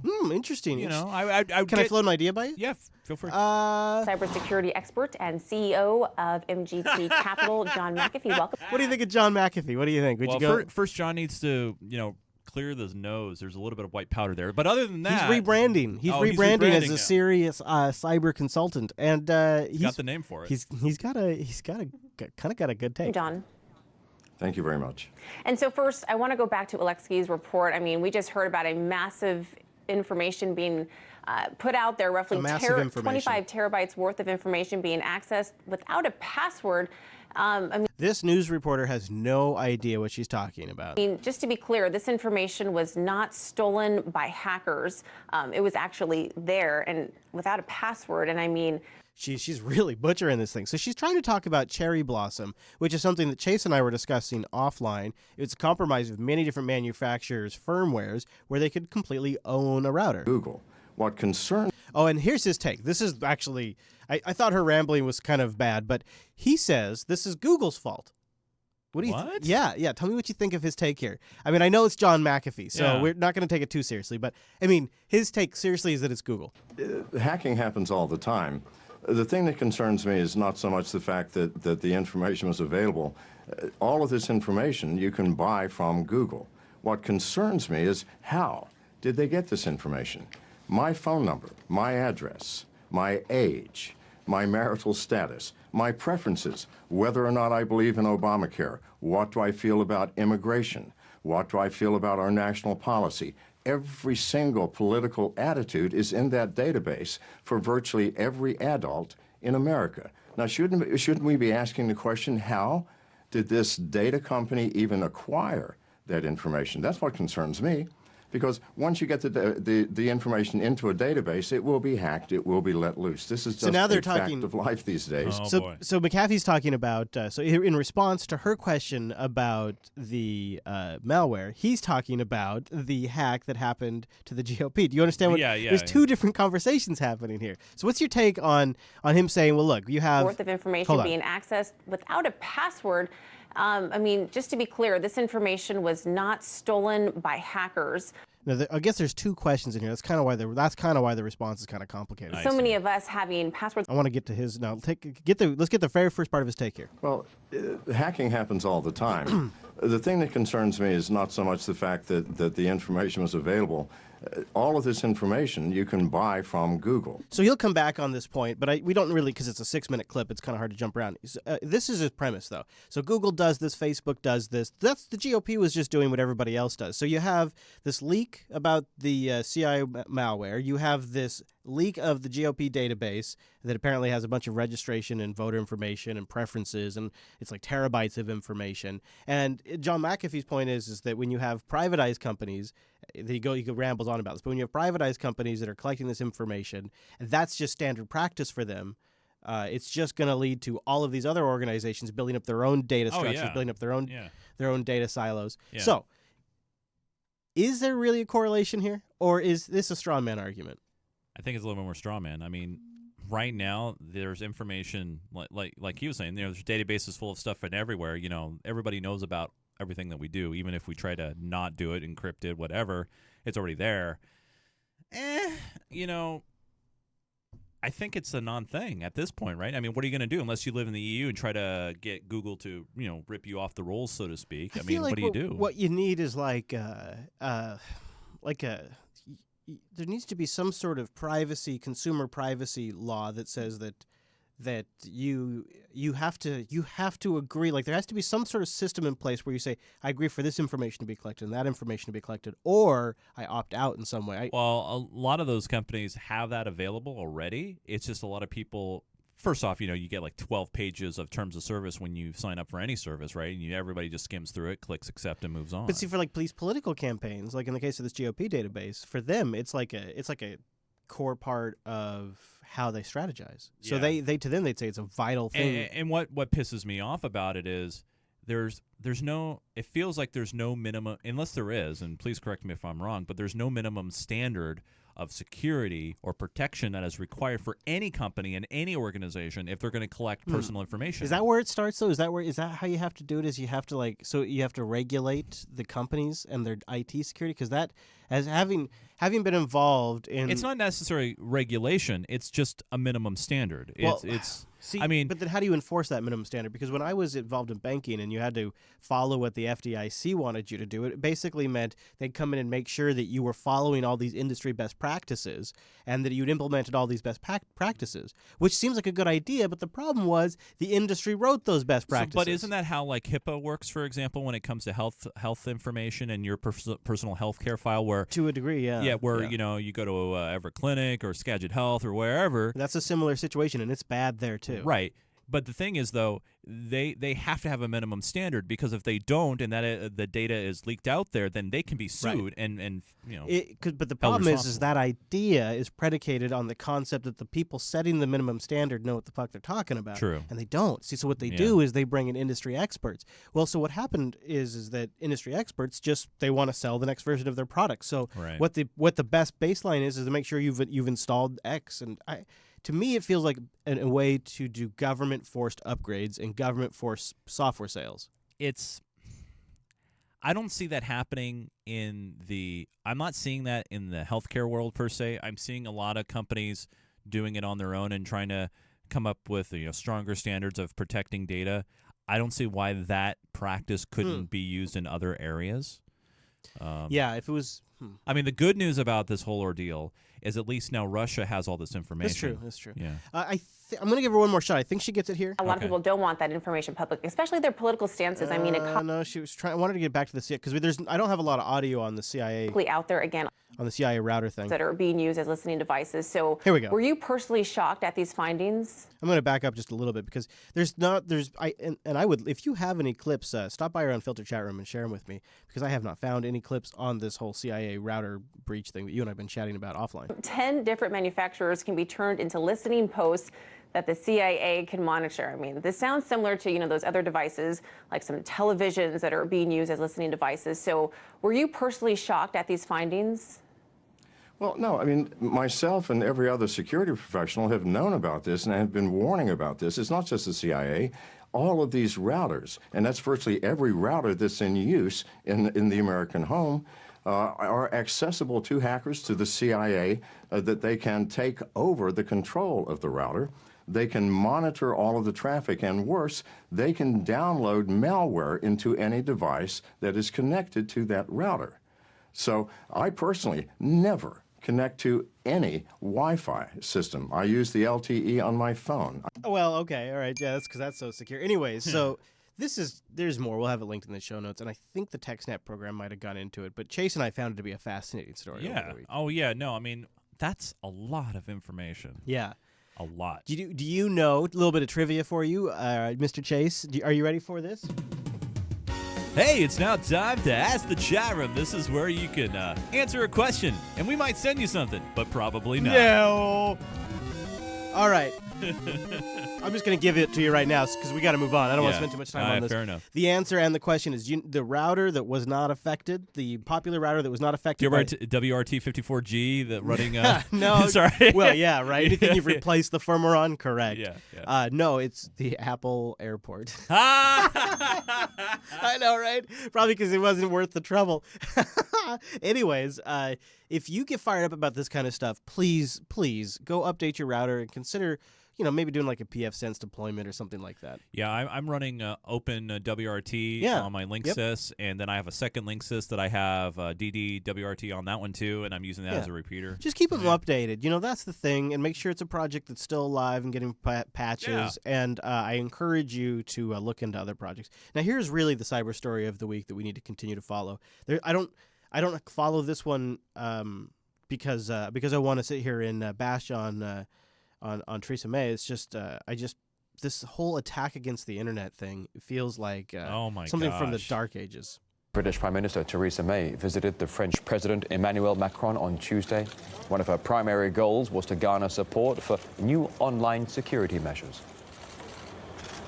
We're launching a joint UK-French campaign to ensure that the internet cannot be used as a safe space for terrorists and criminals. Yeah. So I looked a little bit further into this, and I realized, and see, of course, I'm looking at this as a total outsider here, but I didn't realize that this was actually one of the core platform things that she ran on.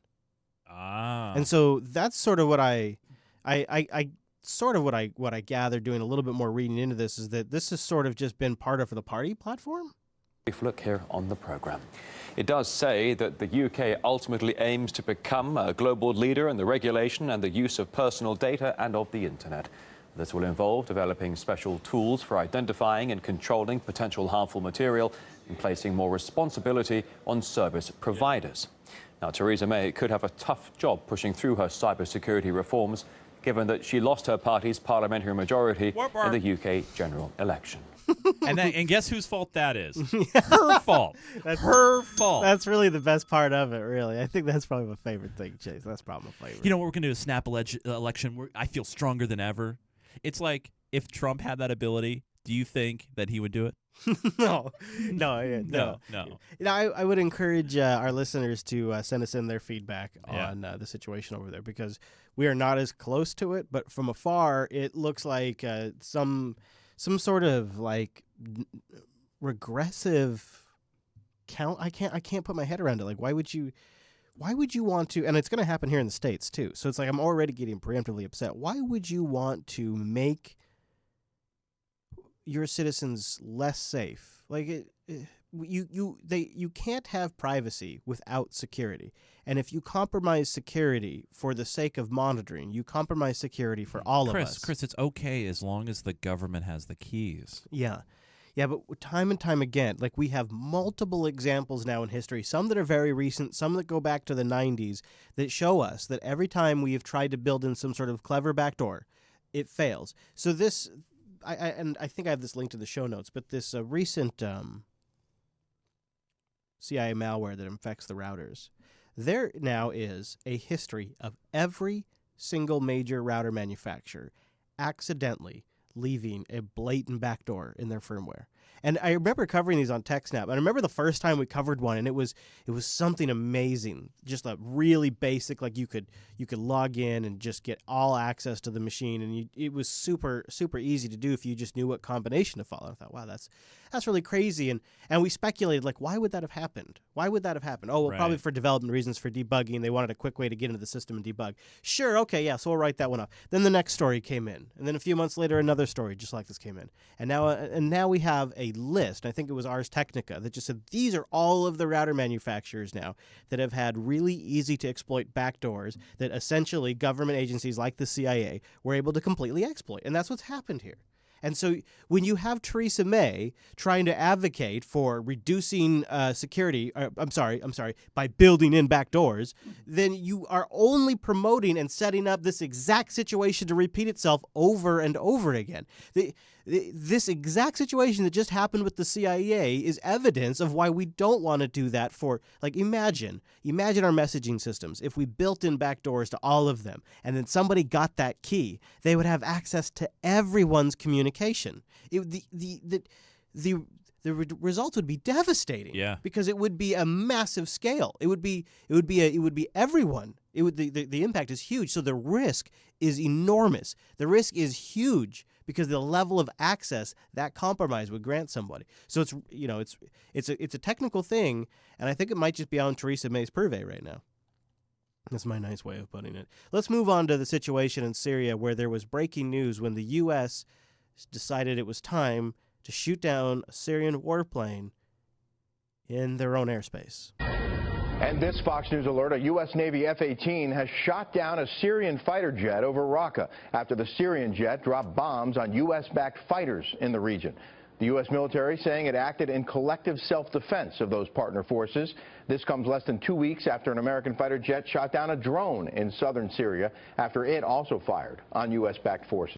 Yeah, you can imagine that there's some consternation about this, and there's some people that are a little upset about this. We start with breaking news from Syria, where one of the country's fighter jets has been shot down by U.S.-led forces. So this is the Russia take.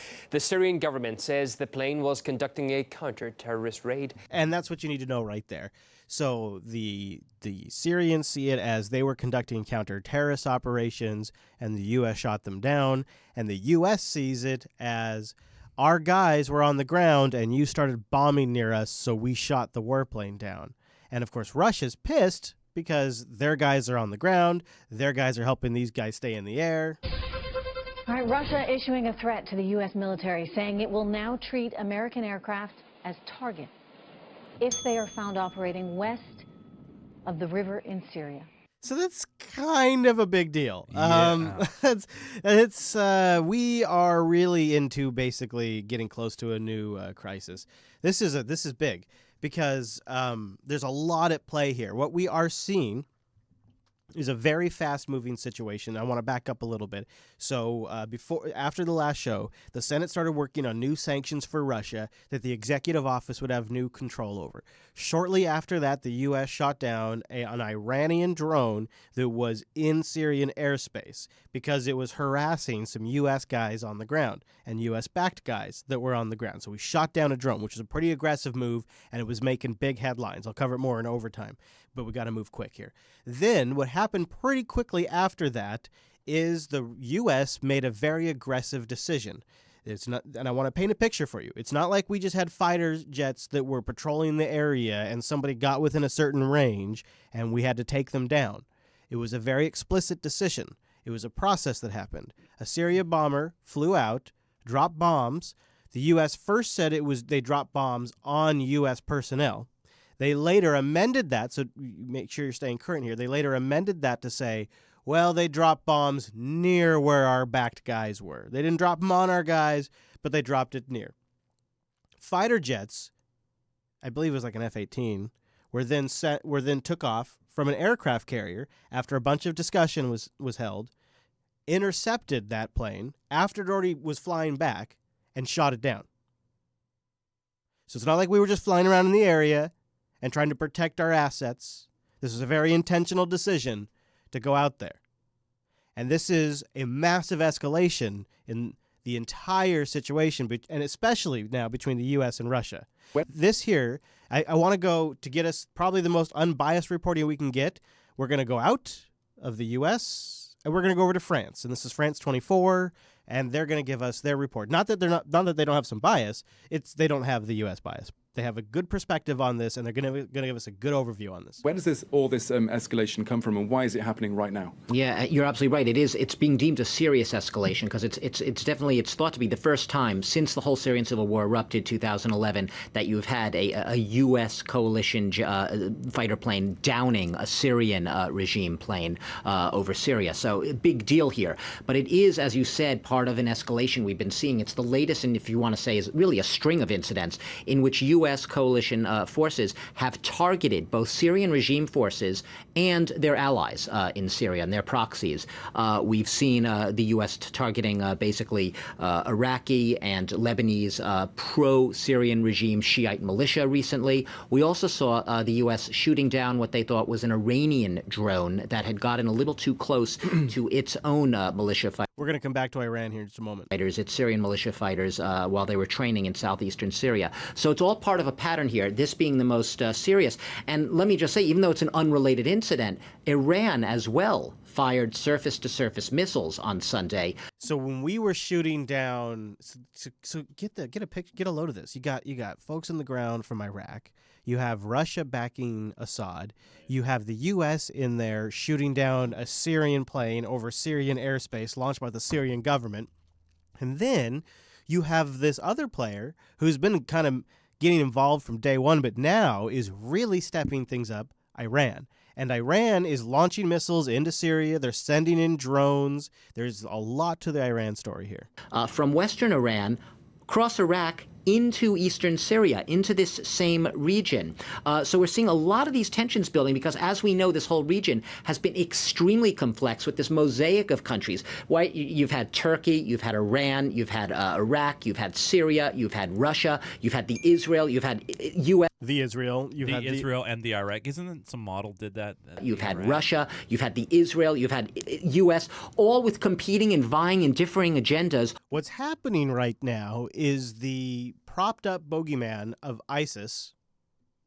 Sorry, ISIL. I think you mean IS. Or Daesh. They are collapsing. The tensions between Qatar and Saudi Arabia and the new administration, it's all falling apart. When's the last time we've seen a great beheading video? You know, I mean, I feel real bad for Rita. Rita's still trying to post stuff to make it look real scary, but she's having to dig deep these days. This whole situation is changing right in front of our eyes. And what's happening now is the players in the area are staking their territory. And some players want more territory and have more interest than other players. And then there's bigger powers in the region like Russia that are only going to go so far. All in this very little patch of land, but it's happening at a crucial time. Eastern Syria, why is it strategically important? Well, it's that last sort of bit of territory that the Islamic State group, a lot of it's desert, that's true, still controls. And you could see it really on that map there. It's an oil-rich region, so it's obviously resource-rich, so a lot of people want to be able to have control of those resources. But more importantly, perhaps, or as importantly, you see Iraq. You don't see, right east of Iraq, Iran there. There are areas in that whole eastern region which could be seen as supply routes for ground forces, Iranian militia, through Iraq, through Syria, and into Lebanon to support its own proxy forces. So an extremely strategic area, a last patch, a last battleground. So as ISIS begins to collapse, Iran is moving in at an extremely aggressive pace. As ISIS vacates a city, Iran is moving in, and they're going fast because they feel like this is their opportunity to really grab some power here. And let's be real, Russia's not going to really go that far in opposing Iran. It's not like they're going to want to get that involved with that. So there's a certain sort of governor that's been in that region all of a sudden isn't really going to be there governing Iran's expansion. And so I don't know what the answer is here because that doesn't seem like a good thing. But there are those obviously in the military industrial complex that say that, well, this might be a massive escalation between Russia and the U.S., and Syria is now the proxy wars of all proxy wars that we have ever seen. There are so many interests in there that it makes proxy wars during the Cold War look like child's play compared to what we're doing now. And so that's why there's some in the military-industrial complex and their tentacles that represent on media that believe that this was no option. Right. No option. We had to shoot down this fighter jet. Russia putting the U.S. on alert. The U.S. shot down the fighter jet after the Syrian government bombed U.S.-backed forces. Russia, a key backer of the Assad regime in Syria, says it's going to be keeping tabs on our drones and fighter jets starting today. This could get sticky. Michael Walsh, former Green Bay commander. Sticky. Here to analyze this, and Michael, good morning to you. Start with the incident from the weekend. What forced our hand to shoot down a Syrian jet? What forced our hand? What forced our hand to lift off from that boat, go out there, fly over Syria's territory in their airspace, and shoot them down? What forced our hand to do that?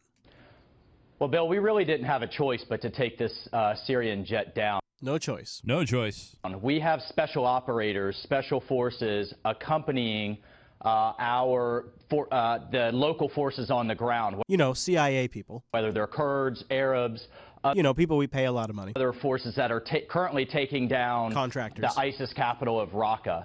At the same time, you have Iranian-backed militias, Hezbollah and other pro-Assad regime militias pushing hard to take down the areas that ISIS is withdrawing from. And as they're pushing into the areas where we have forces, they send in jets. The Syrian regime also sent in jets to bomb them. Well, I gotta stop here. I guess it depends on if you believe in international law and you believe in borders, then you have to stop at a certain moment and you have to disconnect yourself from the words being used, the news speak, and you have to just look at the. I just have to look at the facts here. Right. Syria is a sovereign country. Assad is the elected leader of that sovereign country, and the military follows the directions of the sovereign country's elected leader. Russia was invited into Syria. The U.S. was never asked to come into Syria. The U.S. is getting involved with special operators, as this man puts it, on the ground at no one's request but our own. Assad didn't ask us to do that. We're not helping the Assad, quote-unquote, regime, which have you noticed how we call people regimes when we don't like them anymore? Right, yeah. When we like them, like with Gaddafi, then they're great. And then all of a sudden it's the regime. So I kind of follow what he's saying in some sense, but I don't see what the mandatory we had to do this was. Nobody said we had to violate their sovereign territory. Nobody said we had to shoot down their own fighter jets in their own airspace. And who were they bombing? Who was the Syrian government? Who was the who was the regime, quote unquote, bombing? Who were they bombing, Chase? Who were they bombing? They were bombing terrorists backed by the CIA. There are terrorists that are trying to overthrow the Assad government that are being backed by the CIA, and they're trying to stop them. If the U.S. didn't have CIA operatives on the ground in Syria, they wouldn't be getting bombed by the government that's trying to hold its power in its sovereign country. This isn't a political issue. This isn't a right or left issue. This isn't a Republican or Democrat issue. This isn't a Trump or Obama issue. It's kind of a Hillary issue, but that's a separate story. This is really simple. It's really simple. We have military interests in here. It's a sovereign country, so we call the government a regime. We back the rebels. We still are backing the rebels despite all of the deaths, despite all of the efforts to stop the fighting, despite all of the peace treaties, despite all of John Kerry's efforts, despite all of Rex's efforts. We're still backing the rebels. We're still attacking. We're still pushing forward. We still feel like we got this thing. And then we step it up a notch even further and we shoot one of their own planes out of the sky in their own airspace. Russia shuts down their line of communication with us over this, their military coordination communication, and now says U.S. airplanes are targets by the Russian Air Force. Like, this is this is not a good situation we find ourselves in. I want to know who made that call and thought this was a good idea. What is the price of bringing democracy to Syria? Yeah. Actually, what is the goal? I wonder if anybody in the chat room could articulate what the goal is in Syria. Oil, money. No, I mean, like, the stated, like, the reason we're there. I believe the stated reason we're there is to back the rebels to overthrow the Assad regime, who is a brutal dictator. And then it actually, literally, I don't think goes any further than that. There's no discussion of what would be better in Assad's place. There's no discussion of what should happen with Syria. I actually don't really understand why it's worth poking the bear. Like, just on its face. And I think this is why Donald Trump scared the shit out of the CIA. Because Donald Trump asked the same question during the election. I don't understand why we're not just working with Russia and let them knock the hell out of ISIS. Oh, yeah, absolutely. Well, guess what? The CIA didn't like that very much because ISIS is their guys. We don't want to let Russia knock the hell out of ISIS. That's us. And see, Hillary Clinton understood that nuance, and that's why she was the establishment's candidate. Because she understood that ISIS equaled CIA, and CIA equaled long-term U.S. agenda, and long-term U.S. agenda equals successful president. Ding. Donald Trump didn't understand that. He just saw a bunch of bad guys, a bunch of evildoers over there, and he saw a willing, brutal president, or whatever Putin is, willing to bomb the shit out of them. And he thought, that seems like a great idea to me, because it is a great idea. We shouldn't be over there. We shouldn't be getting involved in any of this. We shouldn't be spending this money.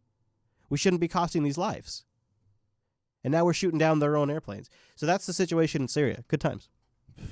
But it's a mess. Instead of talking about that, you noticed how heavily I've had to rely on RT for both the CIA leak and this stuff in Syria, because they're all too busy talking about Russia. Mm-hmm. Every media outlet here in the U.S. is just all Russia all the time. Russia or tweets.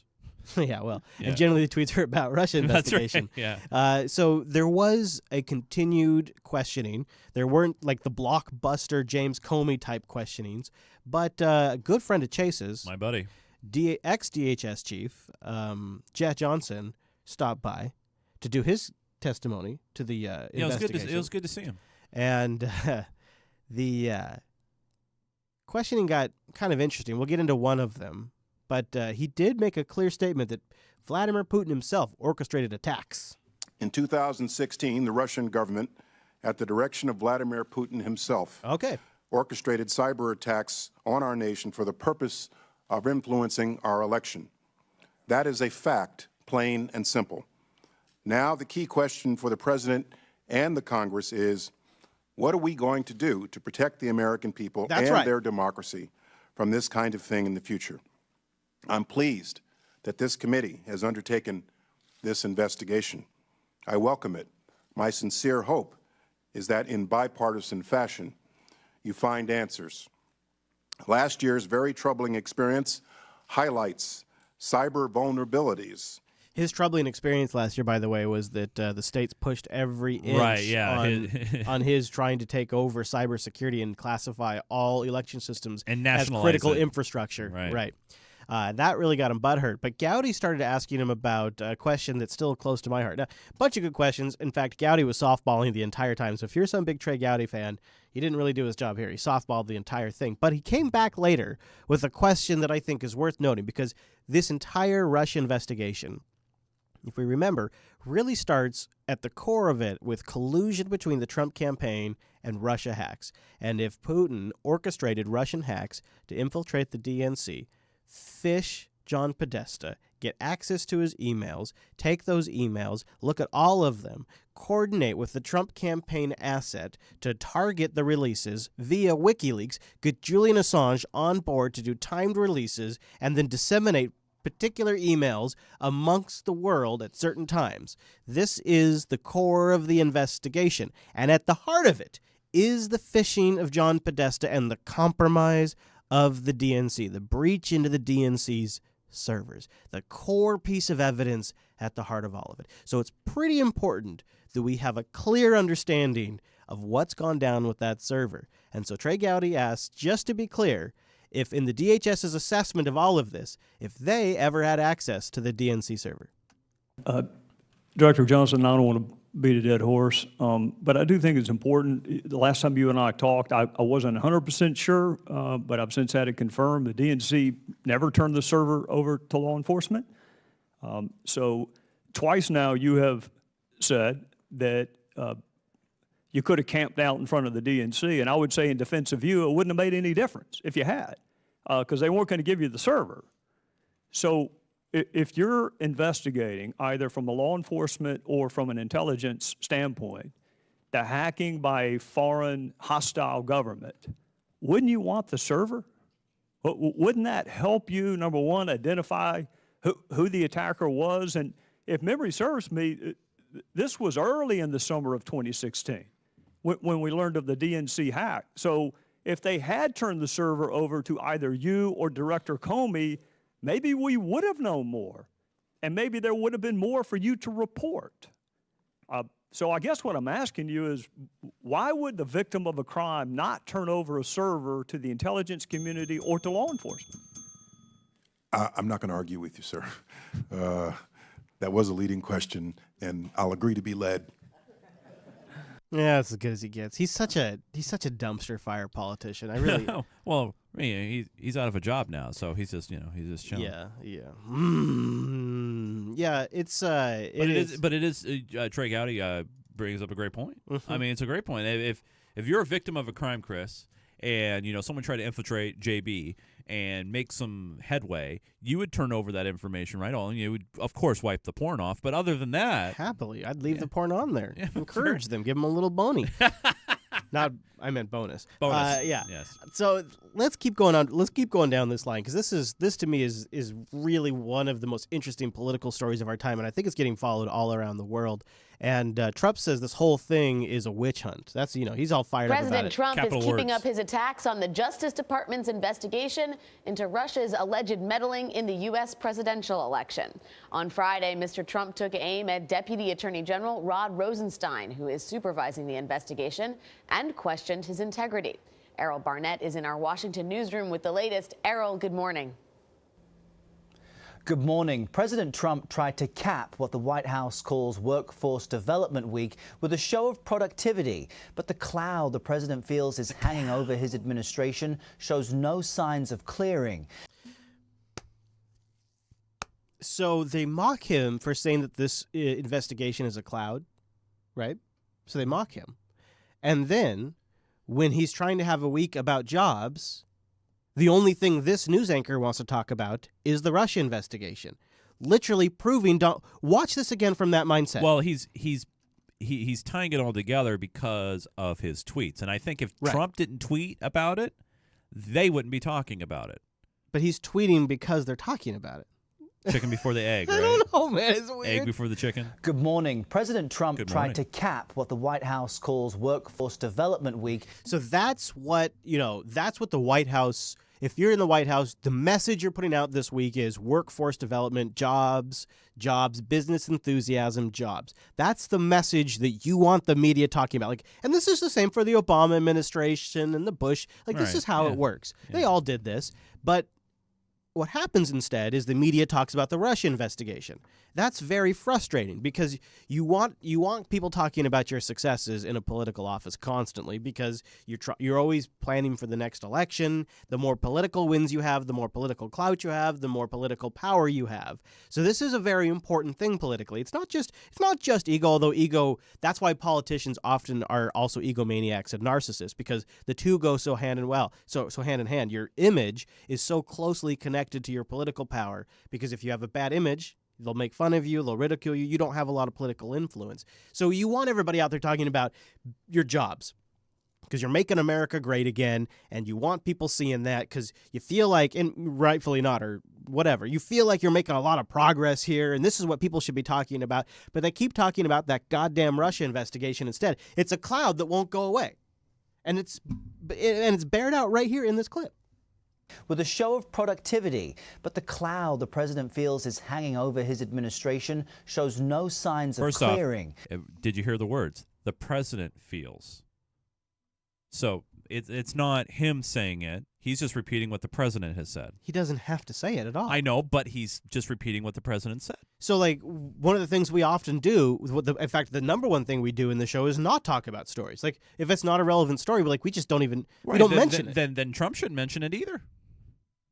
I do feel like this is a chicken and the egg thing. Because I know, yeah. I feel like he's all butthurt about it because they won't stop talking about it. They're not talking about it because he's talking about it. He's responding to their talking about it. It's not like he's not the originator of this. He doesn't want them talking about it at all. No, but it does go back and forth. It's one of those things where it's a cycle. For sure. It's a cycle. Yeah, you got to break the cycle, get a restraining order.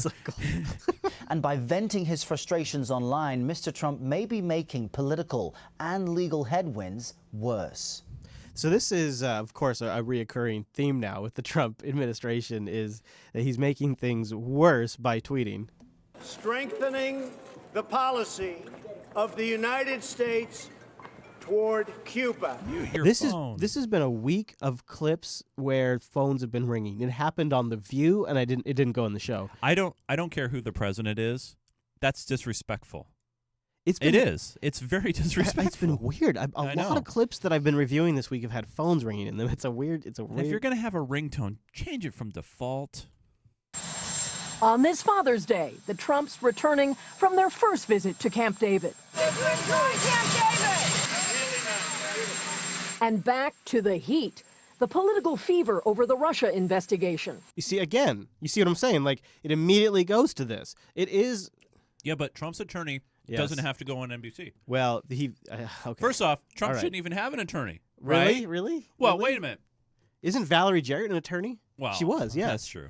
And also, by the way, Uma Abedin, also an attorney. Yeah, but were they going on the news circles? Were they going on Fox? No, they were secret. We don't talk about them. Exactly. Yeah. He's not afraid of the investigation. There is no investigation. I want to be clear here. Spanning Sunday morning TV screens, one of the president's personal lawyers going on offense. But there is not an investigation of the President of the United States, period.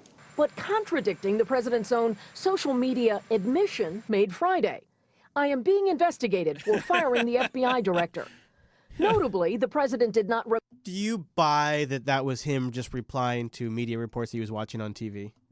This is what I think. I mean, looking at there's no timestamps on this one. Yeah, I noticed. Like, it's funny when they include it, they don't. Well, I mean, sometimes they do, sometimes they don't. Yeah, it's weird. 50,000 retweets or whatever. But he's up at like 3, 4 in the morning watching, Fox and Friends, and they probably ran a story. And he's like, "Son of a!" And he fires off something. And it's amazing that, I guess, in some ways, it's maybe the best thing I've ever seen in my life, because what it tells me is that at some level, nobody can shut the president up. Like, I always imagine that when the president of the United States got in the office, they went into this smoke-filled room, and the CIA walks down and they put up a projector reel to reel up, and they hit play. And you're gonna watch this film. And what comes up is this film, and it's a video camera that was down in the gutter, and it's a different angle of the JFK assassination. And they say, if you don't do what we say, this is gonna be you. And also, here's the UFO files. And here's the 9/11 file. No. and by the way, Mr. President, there are 10% aliens living on our planet right now. But and Will Smith really is a man in black. Yeah. But this shows you to some degree that despite the power of the entire apparatus, they can't stop an old man from watching TV and freaking out on Twitter from what he sees. Like, I mean, that literally might be what we're seeing happen here. What worries me about it, and I know there's a lot of things that worry me about our current administration, and both previous president and current president, is that he has at his disposal, he has better than the internet, in my opinion. I mean, he really has like some inside information. Like you said, he probably knows about the UFOs and Area 51 and everything like that. He has access to all that stuff, but instead he completely relies, like a majority of his stuff, on news in a bubble. And what else does that tell you? I think it tells you that the president is extremely isolated from what the hell is actually going on beneath him. And as an American, I want my president to be well informed on both sides and try, as Bush would say, a uniter, not a divider. Being investigated for firing the FBI director. Notably, the president did not repeat that today in a trio of tweets where he denounced the distraction of the witch hunt. Which would actually characterize, he would generally just continue to dog an issue once he feels like he has a point. But you know what? If he if he's got here's I watched I watched stuff from all sides, and I watched your favorite show, The Resistance, by Keith Olbermann, and one of the things that he talked about in his daily diatribe is his tweet about tapes. If there is no tapes, why'd he lie about it? If there is tapes, wouldn't that exonerate Trump? Right? I mean, either way, when you look at it from a logical standpoint, he doesn't have to say all this stuff. Witch hunt, and they're coming after me. Yeah, dude, if you got tapes to prove your innocence, boom. And then, but here's the problem with that. The problem with that is if he shows tapes to show his innocence, then he's recording people. He's got tapes. Yeah, so that's the problem. He's stuck. That is totally he the problem. Stuck. Which is incredible that he's able to tweet. Like, it's incredible that they can't take this away from him because, I mean, it really shows you there is some power in the executive office. Right, and I think their mode of thinking probably on this is, you know what? If he's going to tweet and he's going to take himself down, he's going to take himself down. I guess. I mean, what are you going to do if you? What a defeatist attitude to have, though. That's like the Clinton campaign's motto: "We can't have nice things." But they've tried to dial Trump down from doing this. I think they had a social media guy handle his Twitter feed for a while. It just didn't work. Well, I tell you what, because he says some. Because here's what I could imagine is happening. These things, like an investigation into the president of the United States of effing America, that probably doesn't just happen like that. It's probably something where dominoes are set up and placed, and then you announce an investigation. Like, it's a thing that probably takes time. And by building this apparatus that's going to investigate the president of the United effing States of America, you probably, in doing so, alert sources that it's coming. And so the media gets a little hint. I bet people in the White House get a little hint. And so in his world, he might actually know something's coming. Right. And the media knows something's coming, but nothing's on the record yet. And I think, and this is where this is purely just, hypothetical. Got a little it's like ham. I don't know if it's conspiracy-ish. Just say it's some ham. It's some ham. Is the reason why he pushes out these tweets, calling it a witch hunt, calling it a thing, is to get those serious people that are on his side, the ones that believe in that deep state, believe that there's something else hidden, there is a conspiracy to oust him, that when it does eventually happen because he's gotten caught. Like, he got caught. Okay. That's good, because it's like he's the core messenger. Right. Like, let me just play it out to conclusion is, he's laying down the groundwork.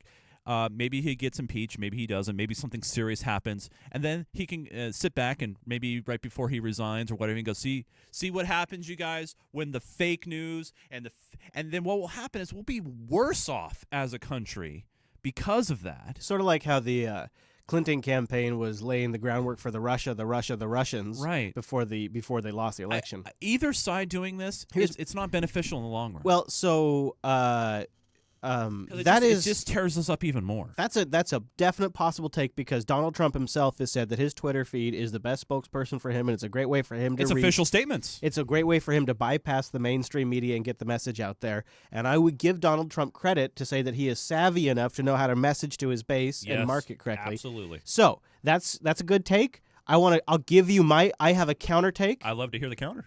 I will share it with you here in just a moment. Let's finish up the tweet stuff, and then we'll go to trio of tweets where he denounced the distraction of the witch hunt. The president's apparent admission dismissed by his lawyer as just a response to news stories. But the discrepancy set off sparks. So here's kind of where I do agree with the witch hunt statement. All right. And I don't necessarily think it's just about messaging. And to me, it comes across as a desperate plea for somebody who's desperate to not have his presidency wind up in total chaos, because he really wants this to be good for his brand. And I really believe this man is a massive narcissist. And so for him, the best way for Donald Trump to be the best president ever is to have a really big, great, successful presidency. And so this is robbing him of that. This is his worldview. This is I am projecting here, but I feel like that's maybe the source of these tweets. And when he says witch hunt, in that context, I actually agree. Because it is a witch hunt. Because we are now 8 months into this investigation, and there has been zero evidence of collusion between anyone in the top levels of, like, between Pence or Trump or Bannon or any of their or Priebus. There has been no evidence of collusion at all. And what has happened universally across the Democrats is we have shifted. If you've noticed, and it's subtle, but it is fundamentally important to this discussion. We are not talking about collusion anymore. In fact, when I said that word, did it feel a little old? Because we're not talking about collusion anymore. Now we're talking about obstruction. There was evidence of collusion. What kind of evidence have you seen? What can you tell us? Oh, this is your best friend, Adam Schiff. This is my really close friend. Yeah, I know. He's your on iMessage. I really like, yeah. On FaceTime. You guys FaceTime all the time. Yeah. Well, I think there is evidence. I can't go into the particulars of our closed investigation. Now watch as he says, I can't, I think there's Well, evidence. first off, I think there is. Yeah, I think there is evidence, but now watch how closely he's going to move from the evidence of collusion to a new topic. But I also think there's evidence of obstruction. But in both cases, I would say whether there is some evidence doesn't mean that there is proof beyond a reasonable doubt. So he says, but let's talk about the collusion. Let's talk about the collusion. This was just a couple of days ago, but we've gone now completely from let's talk about obstruction to, well, there's not much there. But I think in the investigation of obstruction, there was collusion. And now it's collusion all the time. The president is dealing with this very profoundly important issue. So this is a montage sequence of where the dialogue started a couple of weeks ago to where it is today. Obstruction of justice, potential collusion with the Russians in. From collusion to FBI obstruction. is conducting a criminal investigation into potential collusion between Donald Trump's campaign and the Russian government. Possible collusion or coordination with Trump officials. We're finding out more and more about the possible collusion. It looks a lot like there was collusion. Not just to investigate Trump-Russia collusion. There's probable cause to believe that there was cooperation. What kind of collusion, if any, there was? Serious allegations that have been made that there was collusion, evidence of collusion. In collusion with the Russians. Collusion, that's what is being investigated. You think is on its face obstruction of justice by the President of the United States. This is now. Yes. Obstruction of justice. Any possible obstruction case. Whether it's obstruction or justice. We now have the obstruction of justice concerns. I think he has laid out the core elements of an obstruction of justice charge. When it comes to something like obstruction, there's a serious legal standard. That is obstruction of justice. Fits the behavior of obstruction. Look at the law with respect to obstruction of justice. But the behavior is obstruction. In order to get to the bottom of the obstruction charge. That points towards obstruction of justice. Those are the elements of an obstruction of justice. This question of obstruction of justice. It is obstruction of justice. I have a question. You get my point. Yeah, I know, but I have a question. Yeah. Full disclosure. Who put that clip together? Producer Matt, I believe. Okay. So he edited that, or did he find that clip as it was? You'd have to ask him. The only reason why I ask is always look at the source. Now, I looked at this the piece they're put together. I noticed that, this is just a ballpark, about 80% of the clips were from Democrat people speaking. Yeah, well, because that's who's talking about. But it all comes down to who put the clip together. What are their motives too? You're not going to find anybody on the right that's talking about collusion or. That's not what I'm saying. What I'm saying is. Well, there's no one to clip. Well, no. We don't know that for sure, okay? Because I did see Fox in there. I saw Fox in there briefly. Yeah. What I'm saying is who put the clip together. I want to know who put the clip together. Because talking about biases, if someone's trying to paint a picture saying, oh, yeah, so do you look think how the people are turning against Trump. Is it Democrats or is it the media? It's like the same thing, like did RT put this out or did Fox put it? Yeah, no, I follow that. Yeah. But how does that take away from what those people said? It doesn't, but when you accumulate it like that, it can paint a different message. And the other, and the other thing to note is, well, we're actually trying to illustrate a point that these people all said one thing, and now they're all saying another thing. Did they flip after Trump? When did the pivot happen? Was it before the firing? Was it after the firing? What was the timeline of that? Saying then and now doesn't put it in perspective. Well, either. Okay, so let's back up. So hold on. Because I actually don't. So I think your point is sort of separate from the fact that the message has changed from. So I think what the core point here is the message has changed from like they've colluded with Russia to now they're obstructing the investigation. Right, but you can also put them separately on their own merits because I know, but that has happened. Right, I know. I'm not disagreeing with that. What I'm trying to say though is, I bet you that there are clips of some Republicans saying the same things. Yeah. Like maybe like a McCain or something. Right, a McCain, anybody with an R. Just pick somebody with an R. But that shift. So okay, because is this about the message or is this about Democrats? I want to make two points because that's you're sort of off in the weeds, because where I want to go with this is there has been a shift from collusion to obstruction. Now I think you can take two. There's two paths here.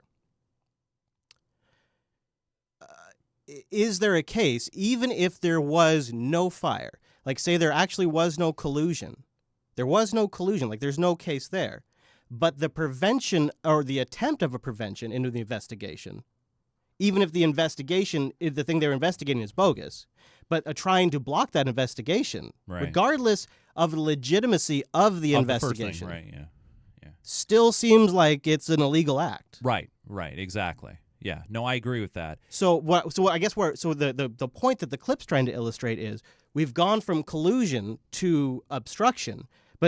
So now going back to my core point, now we're looking at the Trump filter when he's tweeting. This is a bogus investigation that they were looking into, and they found nothing.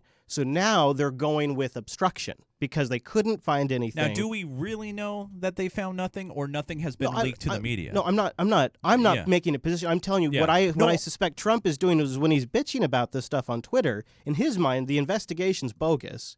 Now, because they couldn't find anything, they're going after obstruction. And that's where we disagree, I think, because I don't believe I have like I said, my overall ham theory is he knows damn well what's going on, right? And he's throwing off misdirection. Well, I think he knows damn well that he did ask James Comey to let this thing go, and I think he knows that he did fire James Comey at a completely politically risky time.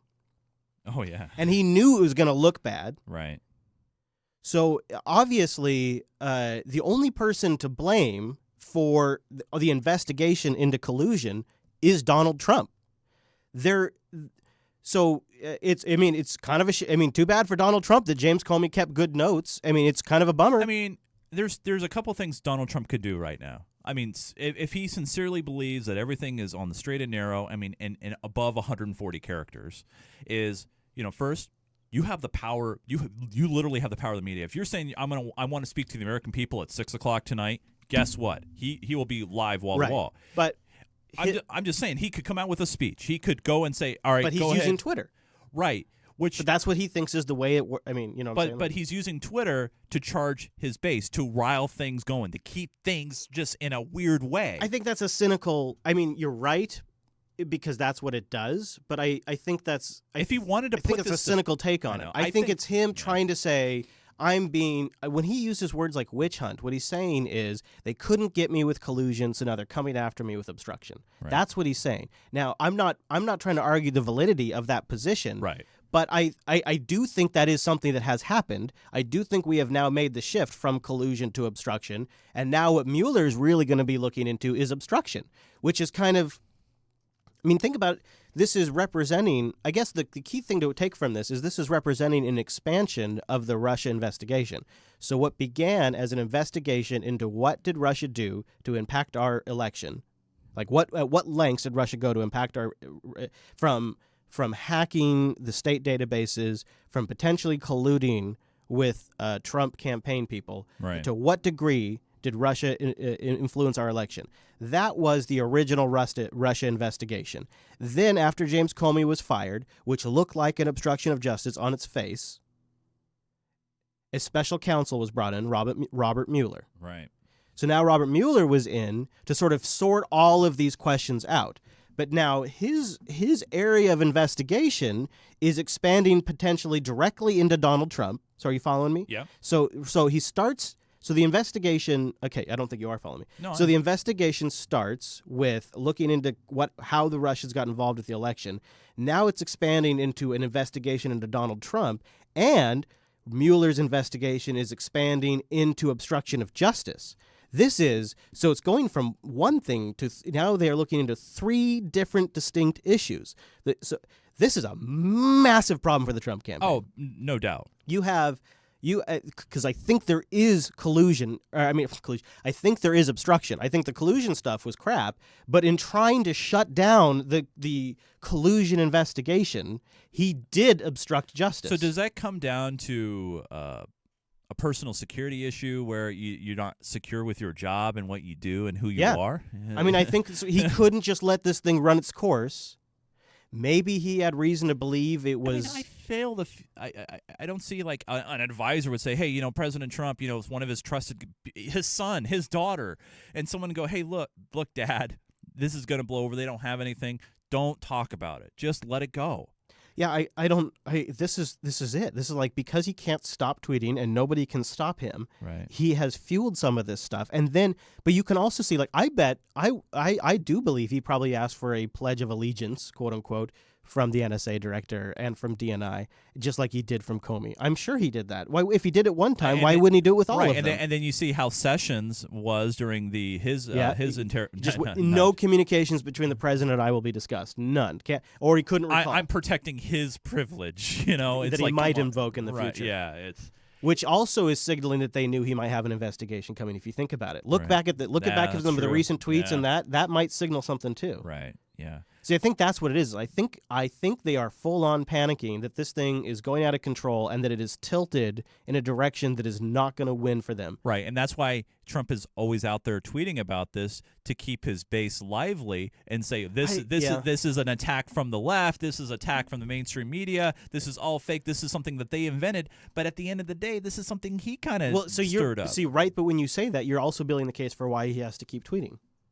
Well, but there's other things he can do. Like, he can't stop now. But there's things he can do other than tweet. Like I was just saying in the chat, like since he's got Twitter, he's got Periscope, right? He could just go live, start a stream, and talk directly to the base without any edits from mainstream media or anything. I wonder if he could request to talk to one of the committees in public. I mean, hell, Obama didn't he do Facebook Live or Periscope or whatever? No, I mean, couldn't he go down to the Senate committee and he could just sit there and testify? Absolutely, he could. There's nothing stopping him. There's nothing stopping him from giving a deposition right now, under oath, recorded with his attorneys and all that. So, okay, now that we've discussed all of that, let's go back to the so remove like semantics and law, and go back to the core issue here, where this Russia collusion story could be pretty much smoke. Like, there's probably Russia probably was involved at something. Right. I'm sure. I mean, like, I was watching the testimonies with Jeh there. Jeh, yes. And so, you know, two things come up constantly in these testimonies, and I almost mentioned to you every single time. Section 702 reauthorization. Yep, and we picked those. It's come up in every single hearing. Every single one. Yeah. And the other thing that they talk about, like, it's no shit. Like, no shit. Like, yeah, obviously, is that Russia's always tried to fuck with our elections. Like, historically, they do this, and it is nothing new.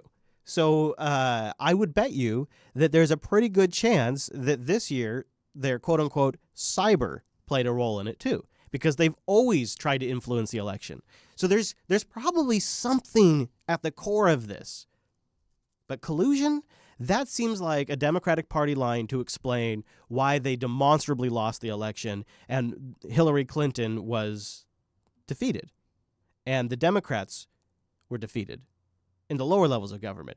It seems like it's a great talking point to run up until 2018 that paints people associated with Trump as suspicious characters that are not trustworthy, that moves the talking points away from healthcare. It moves it away from climate change. It moves it away from international relationships and sanctions and policies with Cuba, and it keeps and it moves it away from the Democrats' failure to connect with the middle class, because they're really more in the middle these days. Right. And it keeps the conversation on Russia. So it's this great thing to keep going, this narrative to keep discussing, because it allows them to keep talking about that instead of talking about things that actually matter. And if they can pump this thing until 2018, I think they feel like they've got a shot. So if you kind of even sort of accept that might be a possible premise, then you have to ask if this entire real investigation started as sort of a Clinton campaign line and this cover story to explain why the Democrats were beaten so badly.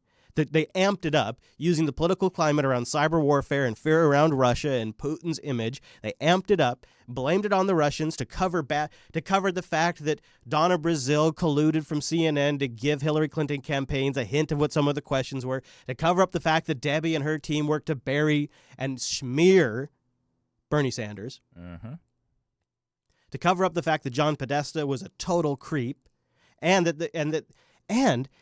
also, by the way, to really actually take the conversation in a direction that we don't mention, that really, honestly, most of these emails came from Judicial Watch through lawsuits and FIO requests. That's right. Not really from WikiLeaks. Like, the ones that really damaged their campaign didn't really come from WikiLeaks. But we've changed we don't talk about Judicial Watch, who has been around forever. We talk about Russia. Right. So we've moved the conversation completely.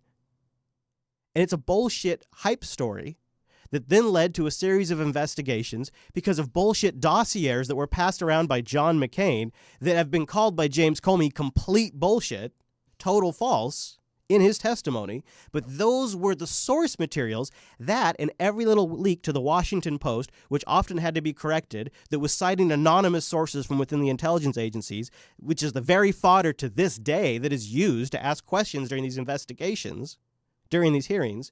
All of this is a bunch of crap that was used to start this investigation, that is a bullshit investigation, that is a huge waste of taxpayers' dollars. We should just be looking into how to improve security and set standards for elections and disconnect these things from the internet. It's really fucking straightforward. Yeah. But instead, we're doing this massive investigation. And really, Canada and Mexico also were colluding with our election. Like, it's not just a Russia problem. There is a broader problem here that we need to address. I bet Germany did it, and so did France. Like, everybody who has a stake was probably paying for a marketing firm or a lobbyist or something, because at the end of the day, these people have money to make.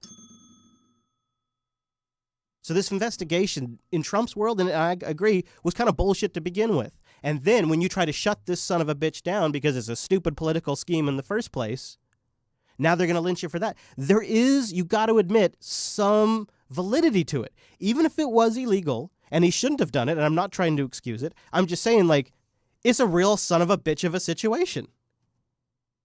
They trapped him. Like they let a wild badger into their fancy mansion, and they couldn't figure out how to catch it, so they had to create a trap for it to go hang itself. Like, they created the perfect political trap for Donald Trump because they created an investigation, and the kind of person he is, he had to shut this thing down. He couldn't keep his mouth closed, and when he took the bait and tried to shut it down, they got him. And now how far they go with it is probably being debated in some dark hall somewhere. The deep state? Yeah, the secret deep state. The deep state. That Alex Jones is always telling us about. All I can do is give you my word and tell you, if there's one thing about me, I do what I say I'm going to do. And so, wow, did Alex Jones, wow. I don't double cross, so.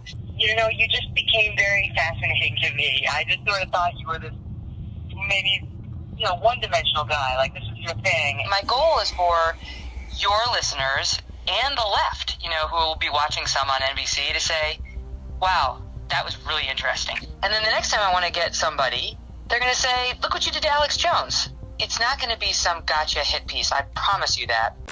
Now, this is, when I heard that Megyn Kelly was interviewing Alex Jones, I thought it was a joke. Because, why would he do that? And then the son of a gun recorded the whole damn thing from get-go. The phone calls, her there in the office. Yeah, and he must be in a state that's only one party recording. Yeah, jeez. And then he makes a 30-minute special out of it where he airs most all of it.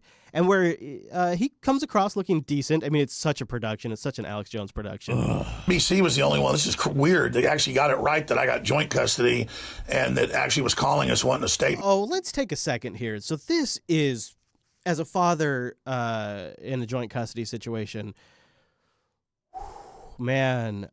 So one of the things Megyn does, and I don't know if I have let me see here. If we go right here. And you'll say whatever you want to say, but it's not going to be some gotcha hit piece. I promise you that. It doesn't serve me. It doesn't do me any good. If I do that to you, then you go out there and you say, she did a hit piece on me. This is what she said, and this is what she did. And then the next time I want to get somebody, they're going to say, look what you did to Alex Jones. Screw you. So I promise you that's not what this will be. It really will be about who is this guy, and we'll talk about some of the controversy, and I'll ask you, and you can respond, and we'll get into the whole, what you've been through this past year. And my goal is for your listeners and the left, who will be watching some on NBC, to say, wow, that was really interesting.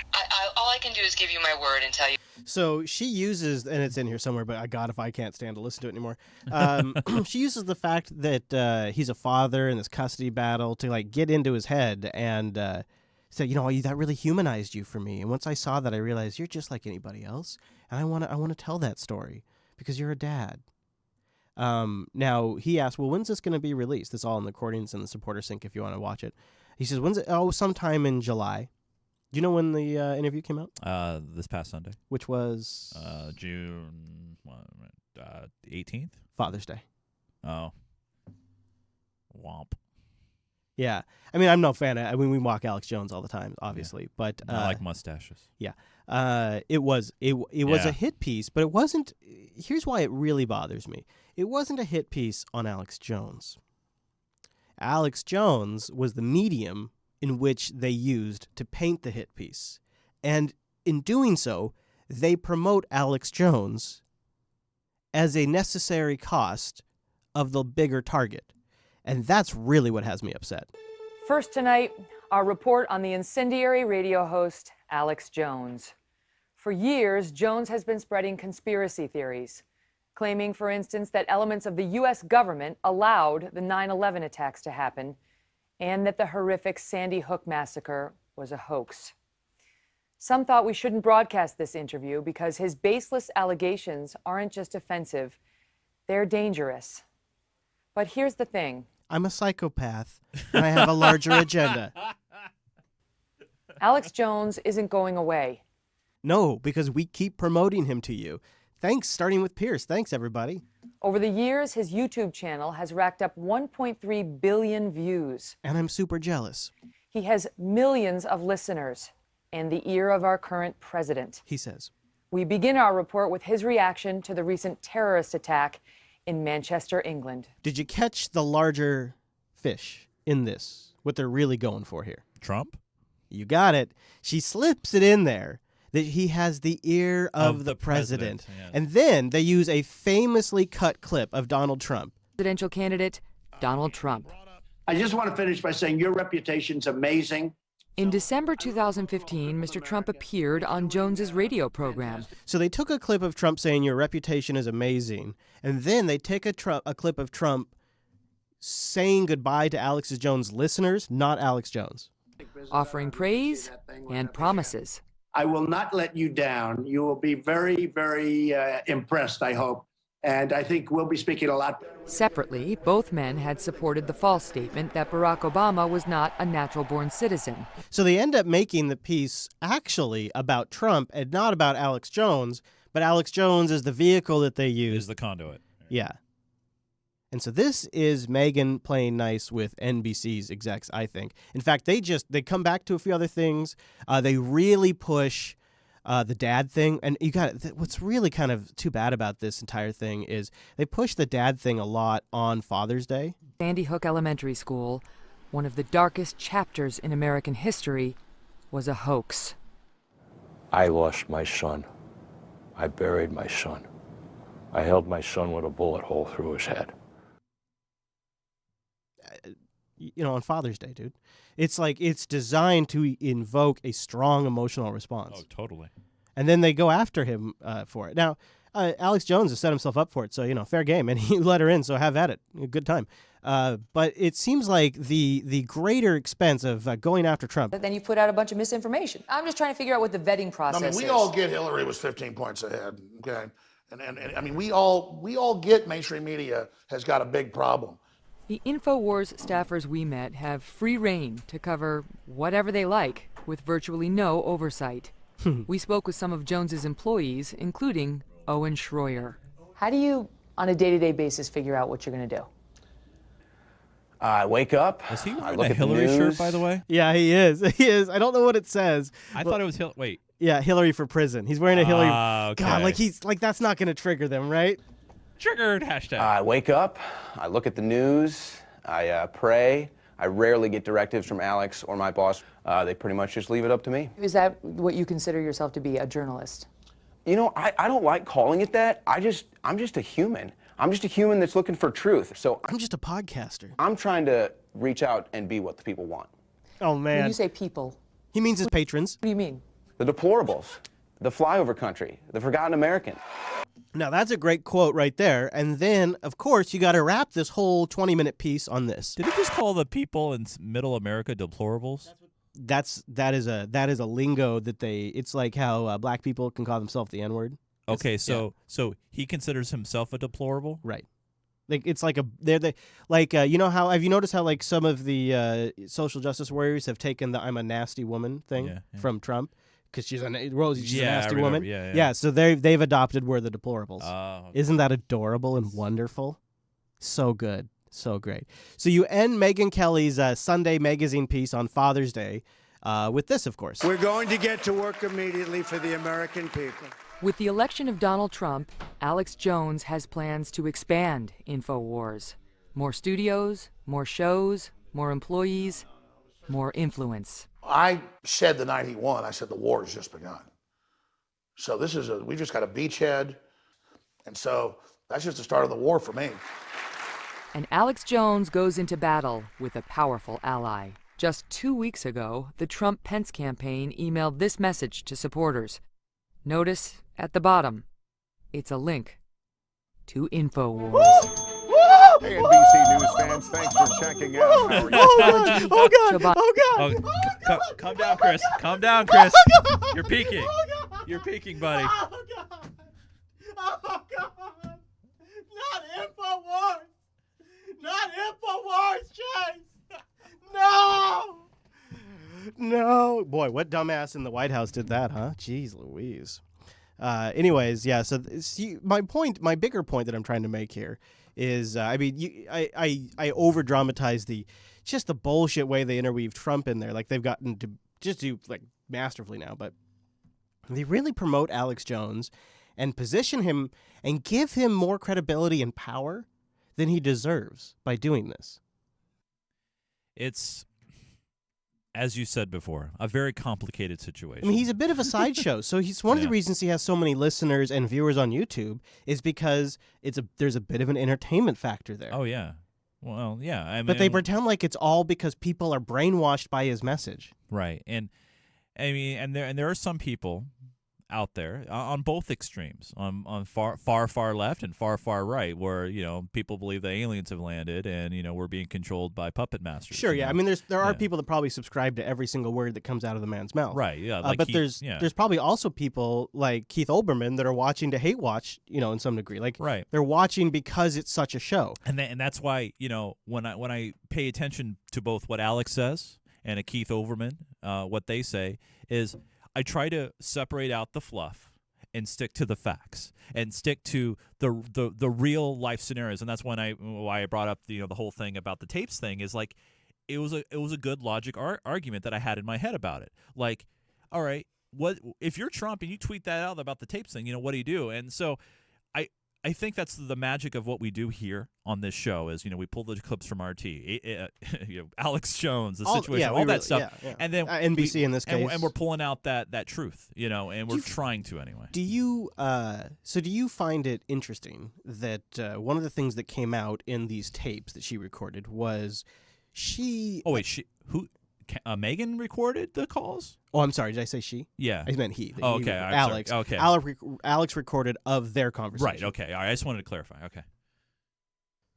One of the things that came out, though, was that what she kind of did with this whole custody thing is she said, if you were a mainstream media figure, they never would have done this to you. They used that to denigrate you. And when I saw that happen, I realized there's a bigger story here. She said that to him on the phone. That's Megyn Kelly saying that. Right. Now, that was our bigger point about when Alex Jones was going through a custody battle and it was all over the news about how he said part of it was a performance, or what did he say? Satire, I think is what he said. Something like that. Yeah. And that was all over the news all of a sudden. They're like really worried about Alex Jones when you think about it. It's kind of interesting. But it shows you that They go on the air and they report this shit. Megyn Kelly goes on back then on her Fox on the air and reports this shit, and she knows in the back of her mind that the only reason she's doing this is because it's Alex Jones. And if that was, Pete Williams or Chuck Todd or they wouldn't be covering that story about a custody battle. And she used that in her conversation with him. Yeah, and I think it's all because of some of a Chuck Todd, for example, I don't think would go off on the deep end and say some outlandish things that are just out of left I know, field, but right? I'm saying put that aside. No, I know, but I mean but he has. She manipulated him with that, though. Right? Yeah. Oh, yeah. And she acknowledges that there is a. But in that state, I guess my point is, this is what I want. This is what I was trying to ask you. She acknowledges in that state that there is a hypocrisy. That if you are at a certain level of the media, then you have some privacy. Right. And if you're at Alex Jones's level of the media, they exploit it. That's essentially what she's acknowledging in her statement to him. Yeah.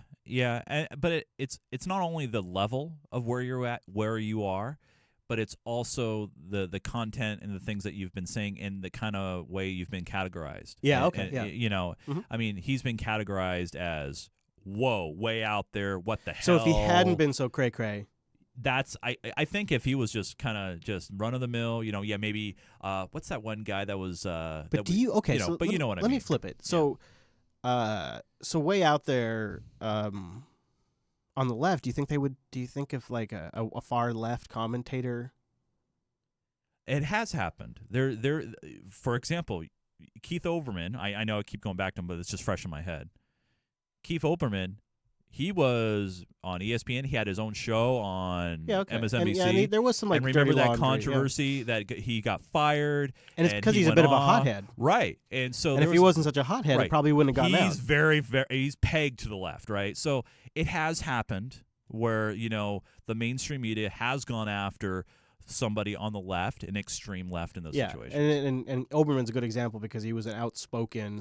He had his top show. Yeah, I mean, he was doing pretty well. He made the transition from sports, and then it was interesting. Now he's doing YouTube. I think that clip is worth listening to hear how she works him a little bit. Oh yeah, she's good. Well, we heard in the pre-interview questions, she's reassuring him. It's a classic situation where you try to make the interviewee feel comfortable going into what could be a high stress situation. Yeah, and try to don't worry, we're gonna take care of that. We're gonna take care of that. It's not so bad. Yeah, it's all right. We're just gonna lightly touch on it. Yeah. I promise you. It's like those kind of things. You'll have your chance to respond. Yeah, absolutely, and we won't leave it on the cutting room floor. Mr. Chase, yes, Mr. before we get into the high note, would you like to transition? Because I got a new den for us to read feedback. Oh, you do? It's pretty fancy. I need you to come down here. Do this. You see that? See the fish tank over there? Fish tank. Yeah, it's over there. Right there. You don't see the? Oh, nice. I like this. This feels good. All right. So we're now in the new observatory. See right there, we have the captured dolphin. That's right. Of course, over there is Nemo. Yeah, you thought he was a fake fish, but we got him here in the Unfilter Aquarium, where we're going to read your messages. Now, did we open up the sack? We first off, we absolutely opened up the sack over at patreon.com/unfilter. By the way, more spots are now available in Club 33. Oh, that's right. And, hey, check it out. The Nancy Sway. I know. I'm taking this home. Isn't that cool? Little die cut. You want me to see if I can? Yeah, let's see if we can get it activate. up. Activate. There it is. There's the Nancy. People can see it right there. Yeah, nice. Can you? Hold on. I think I can see it. Boom. There you go. Nice. So if you are in Club 33, you would have received an alert from Patreon this morning saying, hey, crack open a cold Dharma beer. Dharma? Really? Remember Lost yeah, Dharma? Dude, I've been thinking about watching it again sometimes. By the way, don't watch it after season 3. Anyway, so I asked you guys, hey, send me your comments, Club 33, and we got a couple good ones. First one, Baker the clerk wrote in and said, hey, I'm sure you guys will weigh in on Amazon's purchase of the Whole Food brand. You want to do that really quick? I opted not to grab a clip, but he goes, this made me think to back when Amazon built a couple of brick-and-mortar stores without clerks sometime last year. I'm thinking those are a prototype of what we can expect out of the future of Whole Foods and, in turn, retail as an industry. They've been testing the Amazon Go thing in downtown Seattle. We actually, at the news station, did a story about it. For me, I think the Whole Foods purchase is a brilliant purchase because now they don't have to worry about building up infrastructure. They already have infrastructure in place. Now they can start tweaking it and messing around with it.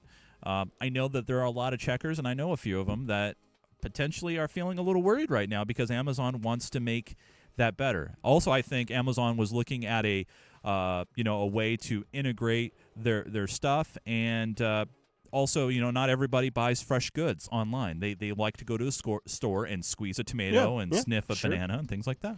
I will echo your statements, and I will add, if I was Walmart, I'd be shitting myself right now. Well, it's coming down to a two-horse race. Walmart just made another big purchase on their own too. So, and Club 33 regular, thank you very much, Mr. Veratunda wrote in and says, hey, I don't know how much you guys have been seeing what's been happening in London of late, but between the terrorist attacks, both radicalized Muslims and the far-right ones, and the Grenfell fire, things have been tense, to say the least.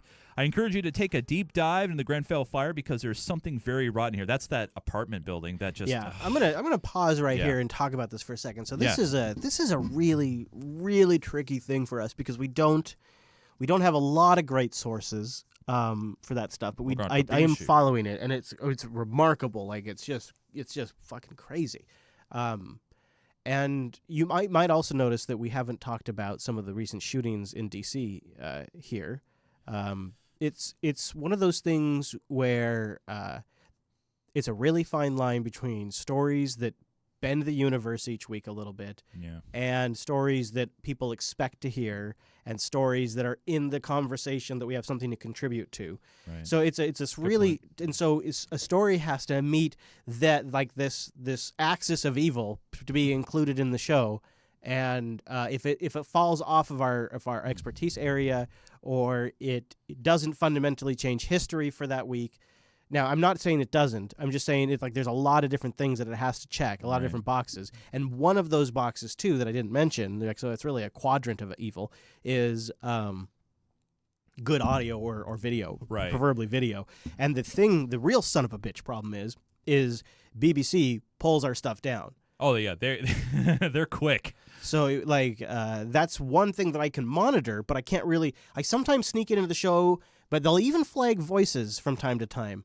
And I always try to cut off any the doon like the music that they have. Yeah. I always try to cut off anything that I think that the Python script will recognize, but they still get me. So there's that difficulty. And there's not to say that if something balloons out of that situation that we wouldn't cover it potentially. Yeah. And I'm watching it.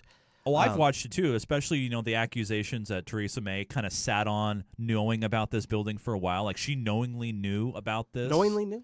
Knowing. What I'll do a lot of times is if it's not primary coverage, I'll include it in the overtime. Mm-hmm. So if you traditionally only catch the main show, consider sticking around for the overtime because a lot of times these stories get incorporated into the OT. Yep. That's true. I turned off the music so that way we could take a serious moment, but are we all done? Is that... Yeah, that's it. So remember, if you guys want to be a part of Club 33, and by the way, swag just went out, the old Nancy stickers, and by the way, I have a feeling, anticipating coming up soon, we might do either a Google Hangout or some sort of YouTube stream for the Club 33s. So that's a good idea. We do have some spots available. Head over to patreon.com/unfilter. Help us reach our goal. To unlock the next edition, which would be Unfilter OMG. Supplemental, which we will add in some extra dashes of Unfilter during the course of the week. Woo-hoo! Now, Chris, I really need to end this week on a high note. Let's do it, buddy. Let's do it. This is a good old-fashioned case of... Show me the money! Yeah! Everybody's home. A camera mounted to the helmet of a Sacramento firefighter captured these images as crews raced to put out a fire at a suspected grow house in the south part of the city last December.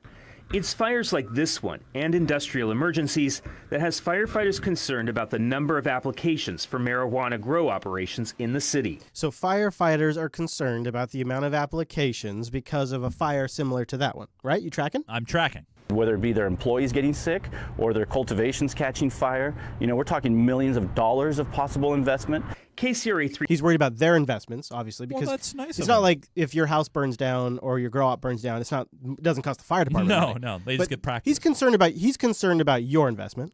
You know, we're talking millions of dollars of possible investment. KCRA3 Investigates analyzed the locations of all the marijuana cultivation and manufacturing permit applications submitted to the city this year, and nearly half of them are in the southeastern industrial section of the city. Because of zoning requirements. That's right, yeah. Now, see if you can catch what the play is here for more funding. See if you, because you can kind of tell like there's something going on Well, here. it's like California, so they're always squirrely. But. An area that used to be served by Station 99, the fire station that was closed years ago. There's no doubt about it that the response times are longer, not just fires, but medical emergencies, industrial accidents. Recently, a city study listed the station as one location that could be reopened to lower response times. So it's really about opening up another fire department. First off, it's about city revenue. Yeah.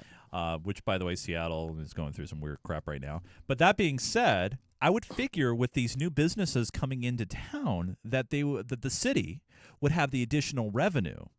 But I think the reason why they don't want to open up a fire station is because they don't want to be coined as, oh, we're opening up a new fire station for the cannabis industry. Maybe. You know, and maybe it's a little politically toxic. I imagine what's happening here is when you see a good thing coming and you see money, you're in government and you see money coming down, you think to yourself, I got to get in on that pot. Yep. That pot money. I got to get on the pot. Because the the firefighters, they know. The fire department knows that the city's getting more revenue. Right. They're a bunch of damn heroes. They deserve it. Absolutely. And it's going to make their response time better. It's going to save lives. I mean, how do you argue with that? But to be fair, if there's no lives at risk and you have a big marijuana warehouse fire, you get the hook and ladder truck, and then they just kidding, man. They're like, they're like, I'm sorry, we couldn't save it. Actually, it's funny. I can't drive. This whole piece is predicated on so far we are literally halfway into the clip, and the whole piece so far is predicated on the concept that more grow operations are going to need more fire protection because of past fires. It would be one thing if we were in a recession and there's no money and we're cutting, but this is strictly a neglect towards public safety. Joe Devlin, the city's chief of cannabis policy and enforcement, said legal permitted growing sites shouldn't be any more of a hazard than other industrial operations, so there shouldn't be an increase in risk solely because of cannabis. That's kind of the thing. But what happens is you have groups that will spin it and say, well, there wouldn't be an increased fire danger if we'd have all these plants around. Well, then it goes even further. They're actually fairly high-tech spaces. The real safety challenges that we have been experiencing are around the folks that are doing this at home with unpermitted work. Which is actually where the fire that they cited earlier in the piece happened at. It didn't happen at a grow operation. It was a grow room in somebody's apartment? Yeah. In fact, many of the facilities up for review already have industrial fire systems in place and will have routine inspections, including a fire inspection. Because they're a regulated business. Exactly. You're required. Once you take it off the black market and you make it legal, then they're regulated like any other damn businesses that has space like this. Their security plan is going to be reviewed. Their safety plans are going to be reviewed. They're going to receive a fire inspection and building inspection. So, again, we're going to really make sure that these are safe to operate. Devlin says the real dangers come from the illegal operations they're trying to eliminate. Yeah, exactly. That's so great. It's so great. It's fact. Yeah. Yeah. This one, you have some places where I think it's like Arizona. I might be wrong, so audience, let me know if I'm wrong. But I think in Arizona, I saw Normal put out a fact on Twitter on Friday, so that's why I think it's they seem to know their shit about this. That it's a minimum 4 months in jail if you're caught with cannabis paraphernalia in Arizona. Wow. Yeah. Yeah. Wow. Not to say what happens to you if you're caught with actual pot. So you go from waterboarding. You go from places where they're still figuring out the benefits of legalizing, or places where you could immediately go to jail with minimum sentencing for having a pipe with resin in it, to California, where have startups that are just driving weed to your house. Pot of gold. San Francisco is a place where things happen. The city by the bay has always been an early adopter. And that's never been more true than now. Startups flourish here. We want to show you one that amazed even us. Doesn't that shot look weird to you? I like the shot. I know, it's personally. really great. It's a great shot. It's just like they picked a sleepy neighborhood street. It almost looks fake. I know, but it's. By the way, CBS. One thing. It's NBC. But CBS too. I agree. Yeah, they both have great production. On some very of the stuff. good. Very good. They have like these long. We're not going to play all of it. It's in the supporters link if you want. It's a long. This format. is a 10-minute piece. Yeah. For if you live here, you can 60 get minutes. marijuana delivered to NBC. your door NBC? legally Wow, it's 10 minutes? in 15 minutes or less. Oh yeah. You know, my father was a milkman. Oh, really? Yeah. It was all about meeting supply and demand. Don't you need the pot truck? Well, you don't have to pick up the empties. No, I don't. Meet Eric James, a 21st century delivery man. The smartphone on his dashboard tells him where to go and the fastest route to get there. On the busy days, like a I will GPS. have like 4 people stacked up in my queue. Eric is a marijuana delivery man, and he uses software from the company Ease. This is a far cry from meeting somebody in an alley or a dark place to A far cry, yes. exchange money for your dime bag or whatever it was back in the day. Absolutely. Dime bag, isn't that Coke? Oh boy. I love it when he goes all old on it, like he doesn't know. I can't pretend. What's a dime bag? I wouldn't know. I'm just bringing a few, whatevers. It's good. It's a 10-minute, like I said, it's a 10-minute quarter. piece. It's worth watching. know. And they go into all kinds of aspects of the story. Not all of it's positive either, so if you want to check it out. Fair enough. Supporters Sync, which if I recall, is it's not the minimum level, but it's one notch up over on that Patreon page. Nice. Don't go anywhere either because big overtime coming up. Huge! We're going to do a little deep dive on a couple of things, a couple of topics that just didn't fit in the main show, a couple extra bony clips, and a couple funny clips too, all coming up in a little bit. But I understand if you just needed your veggies and you got to get out of here, well, we want to leave you with a couple of bits of parting wisdom. Mr. Chase. Yes, Chris. Where can people find you throughout the week? People can, see what I'm doing over on Twitter. Can't be done. I'm still fighting the newness versus newness battle. Oh, I really? still get a few of them every day. Actually, you got the verified Twitter account now, so didn't you kind of win? Is his actual account verified? Have you checked that? Because if it's not, then you won. I think it is. I think it is. Well, then it's but still you can follow me on the Twitter at Nunes, Nunes. Oh. I'm the real Nunes on Twitter. Yeah. By the way, Chris, where can people follow you? Well, I mean, I don't know if it can be done. From what I'm told, it can't be done. But if you want to prove me wrong, try it. I mean, I don't know. It can. Then they should prove me wrong. Twitter.com/ChrisLAS. I also was told once that the network has a Twitter account. Did you know that? Yeah. I did not know this. Yeah, at Jupiter Signal. Very the nice. show's live. We'd love to have you here in our chat room. We have a dedicated Unfilter chat room. Go to jupiterbroadcasting.com/calendar to get that converted to your local time. You can participate in the conversation. Thanks again to our patrons. Yes, thank you guys. Love you guys. Thank you so much for supporting us. All right, we'll see you right back here next week.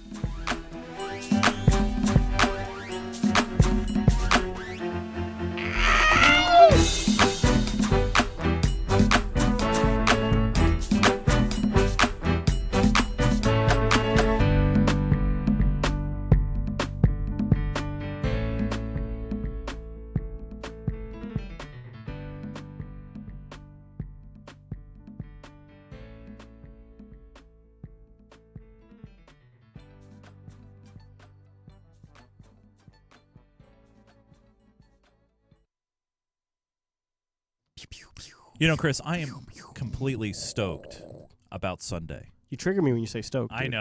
I did that on purpose. Opposition to obstruction. Hashtag What's on trigger. Sunday? What's on Sunday? Sunday. New Linux action So news? for Father's Day, Uh-huh. I surprised my dad with front row ringside tickets to a wrestling event that's happening in Everett on Sunday. Ooh, that's cool. I'm dude. excited because I'm going to be front row. Now, on a technical standpoint, I want to ask you a question, and chat room, please help me out on this. I was thinking about bringing a GoPro with me. Oh, really? And because I don't want to be that guy. Now, before you say, well, why don't you just hold it or hold your cell phone? Yeah, because then you got to hold it. I don't want to hold my cell phone. I want to experience. I want to be. Go to jbtitles.com, by the way, you guys. Go there and vote right now. But I was thinking I want to kind of remember this, but I don't want to be holding it because I want to be experiencing it. I want to be high-fiving the wrestlers because I'm front row. I am ringside. Do you think having a GoPro on me, the footage would look good at all? Some of the stuff I've seen have actually been, I don't want colon. Some of the stuff I've seen have actually been pretty impressed with that. The problem with the GoPro, you know what you should do? Do you have it paired to your phone? Well, I could. I mean, that's easy. I could. Because that would be the thing, is then preview the image, right? Oh, then I can kind of see, and then turn off the Wi-Fi, because that takes up so much battery when you leave it on and stuff. Dude, doesn't it? It does. It does. But I do have an extended battery backpack, because what I want to do is attach it to me and just let it roll and see what I come up with afterwards. That's what I was thinking. Yeah, because the forehead stuff is just too much in your face. And the there's chest no way stuff the chest stuff's not so bad. Do you have one? I do. You should try it out. It'd be also good. You know what? You should do it. You know why you should do it? Is because it would be a good. If you get into PAX, it'd be a good sort of. I actually think it'd be a good B-roll for all. Like, if you did all of your stuff at PAX with that on you the entire time, that'd be awesome behind the scenes B-roll. That's a lot of B-roll to get through, though. Yeah, maybe don't do it the entire time then. But if you even just did it a little bit, like if you used this as a trial run. There is a headband option. I don't want to be that guy wearing on my head either, because it's going to look ridiculous. I don't want to do that. Because you just need to have a drone following you, dude. Inside a Why arena? is more human than human? I mean, I get that that just is not the title. I mean, I get that the InfoWars guy said that, but it doesn't make any sense. Right? Yeah. Nothing to investigate is not bad, but it sounds like us taking a position. Not huge on that. The Jones emissary. I put in collusion to, or what I put in there? Collusion to obstruction. What did I put in there? Yeah, that's what I put in there. That's actually not bad. I like that, because we had a good discussion about that in the show.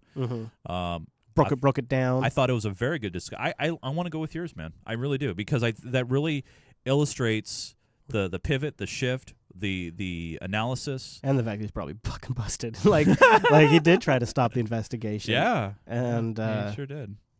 I mean, so now what I think it is now it's how badly do they want to nail him, right? Now they get to choose if they want to push it all the way, and the more they push it, the more he's going to bury himself. You know what I think the dark alley conversation is? This is what I think the dark alley conversation is.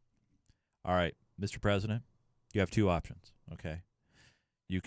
We'll let you tweet a little bit, kind of rouse up your base, but you're going to need to bow out at some point here and resign. Ooh, that's some bacon. Or, if you don't want to, that's your choice, but we're going to go through this whole process because we can pin you.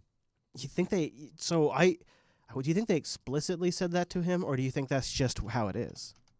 Do you think they explicitly? It could be either way. Yeah. Yeah, I mean, especially, man, I don't think a guy like Trump doesn't know what he's doing, but sometimes I feel like he doesn't know what he's doing. Or can't control himself. Yeah, I don't know. I can look at, like, you go back and you hear you just go back and look at it. It looks like he probably does have a bit of impulse control. Like the way he even GoPro headband over the bill of a ball cap.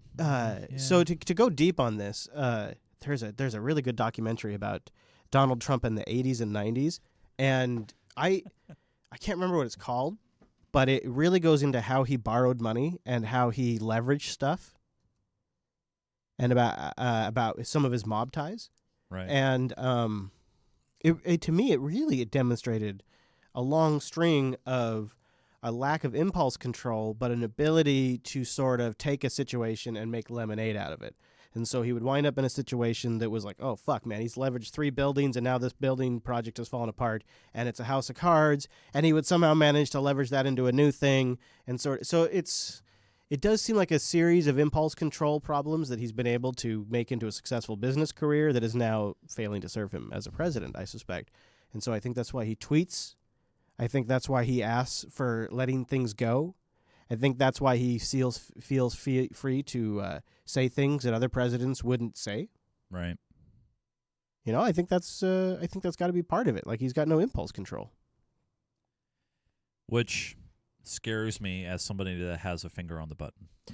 I don't know how much he does. I think maybe the military does. Yeah, but if he can tweet out at whim, I mean, what else can he do? Maybe he can fire torpedoes. Raise the shields. Yeah. But there we go. Yeah. I don't know. It seems like now they probably have something they could get him with if they wanted to, but they might decide to just make a deal. I mean, Proto, yeah, he definitely has the power to shut it down, but it's all about optics too. And if he shuts it down, it's not going to be good for him. Yeah. I mean, that's the catch-22 that he's got himself into. Totally. Now. You can't shut it down. You can't. I mean, look when he tried to shut it down with Comey. Let's just everybody double down. Now they got a special prosecutor. And if he tries to fire the special prosecutor, oh my God, it's like game over for him at that point. I mean, right now I think he's got some lifelines, but if he did that, I don't know how you would recover from that.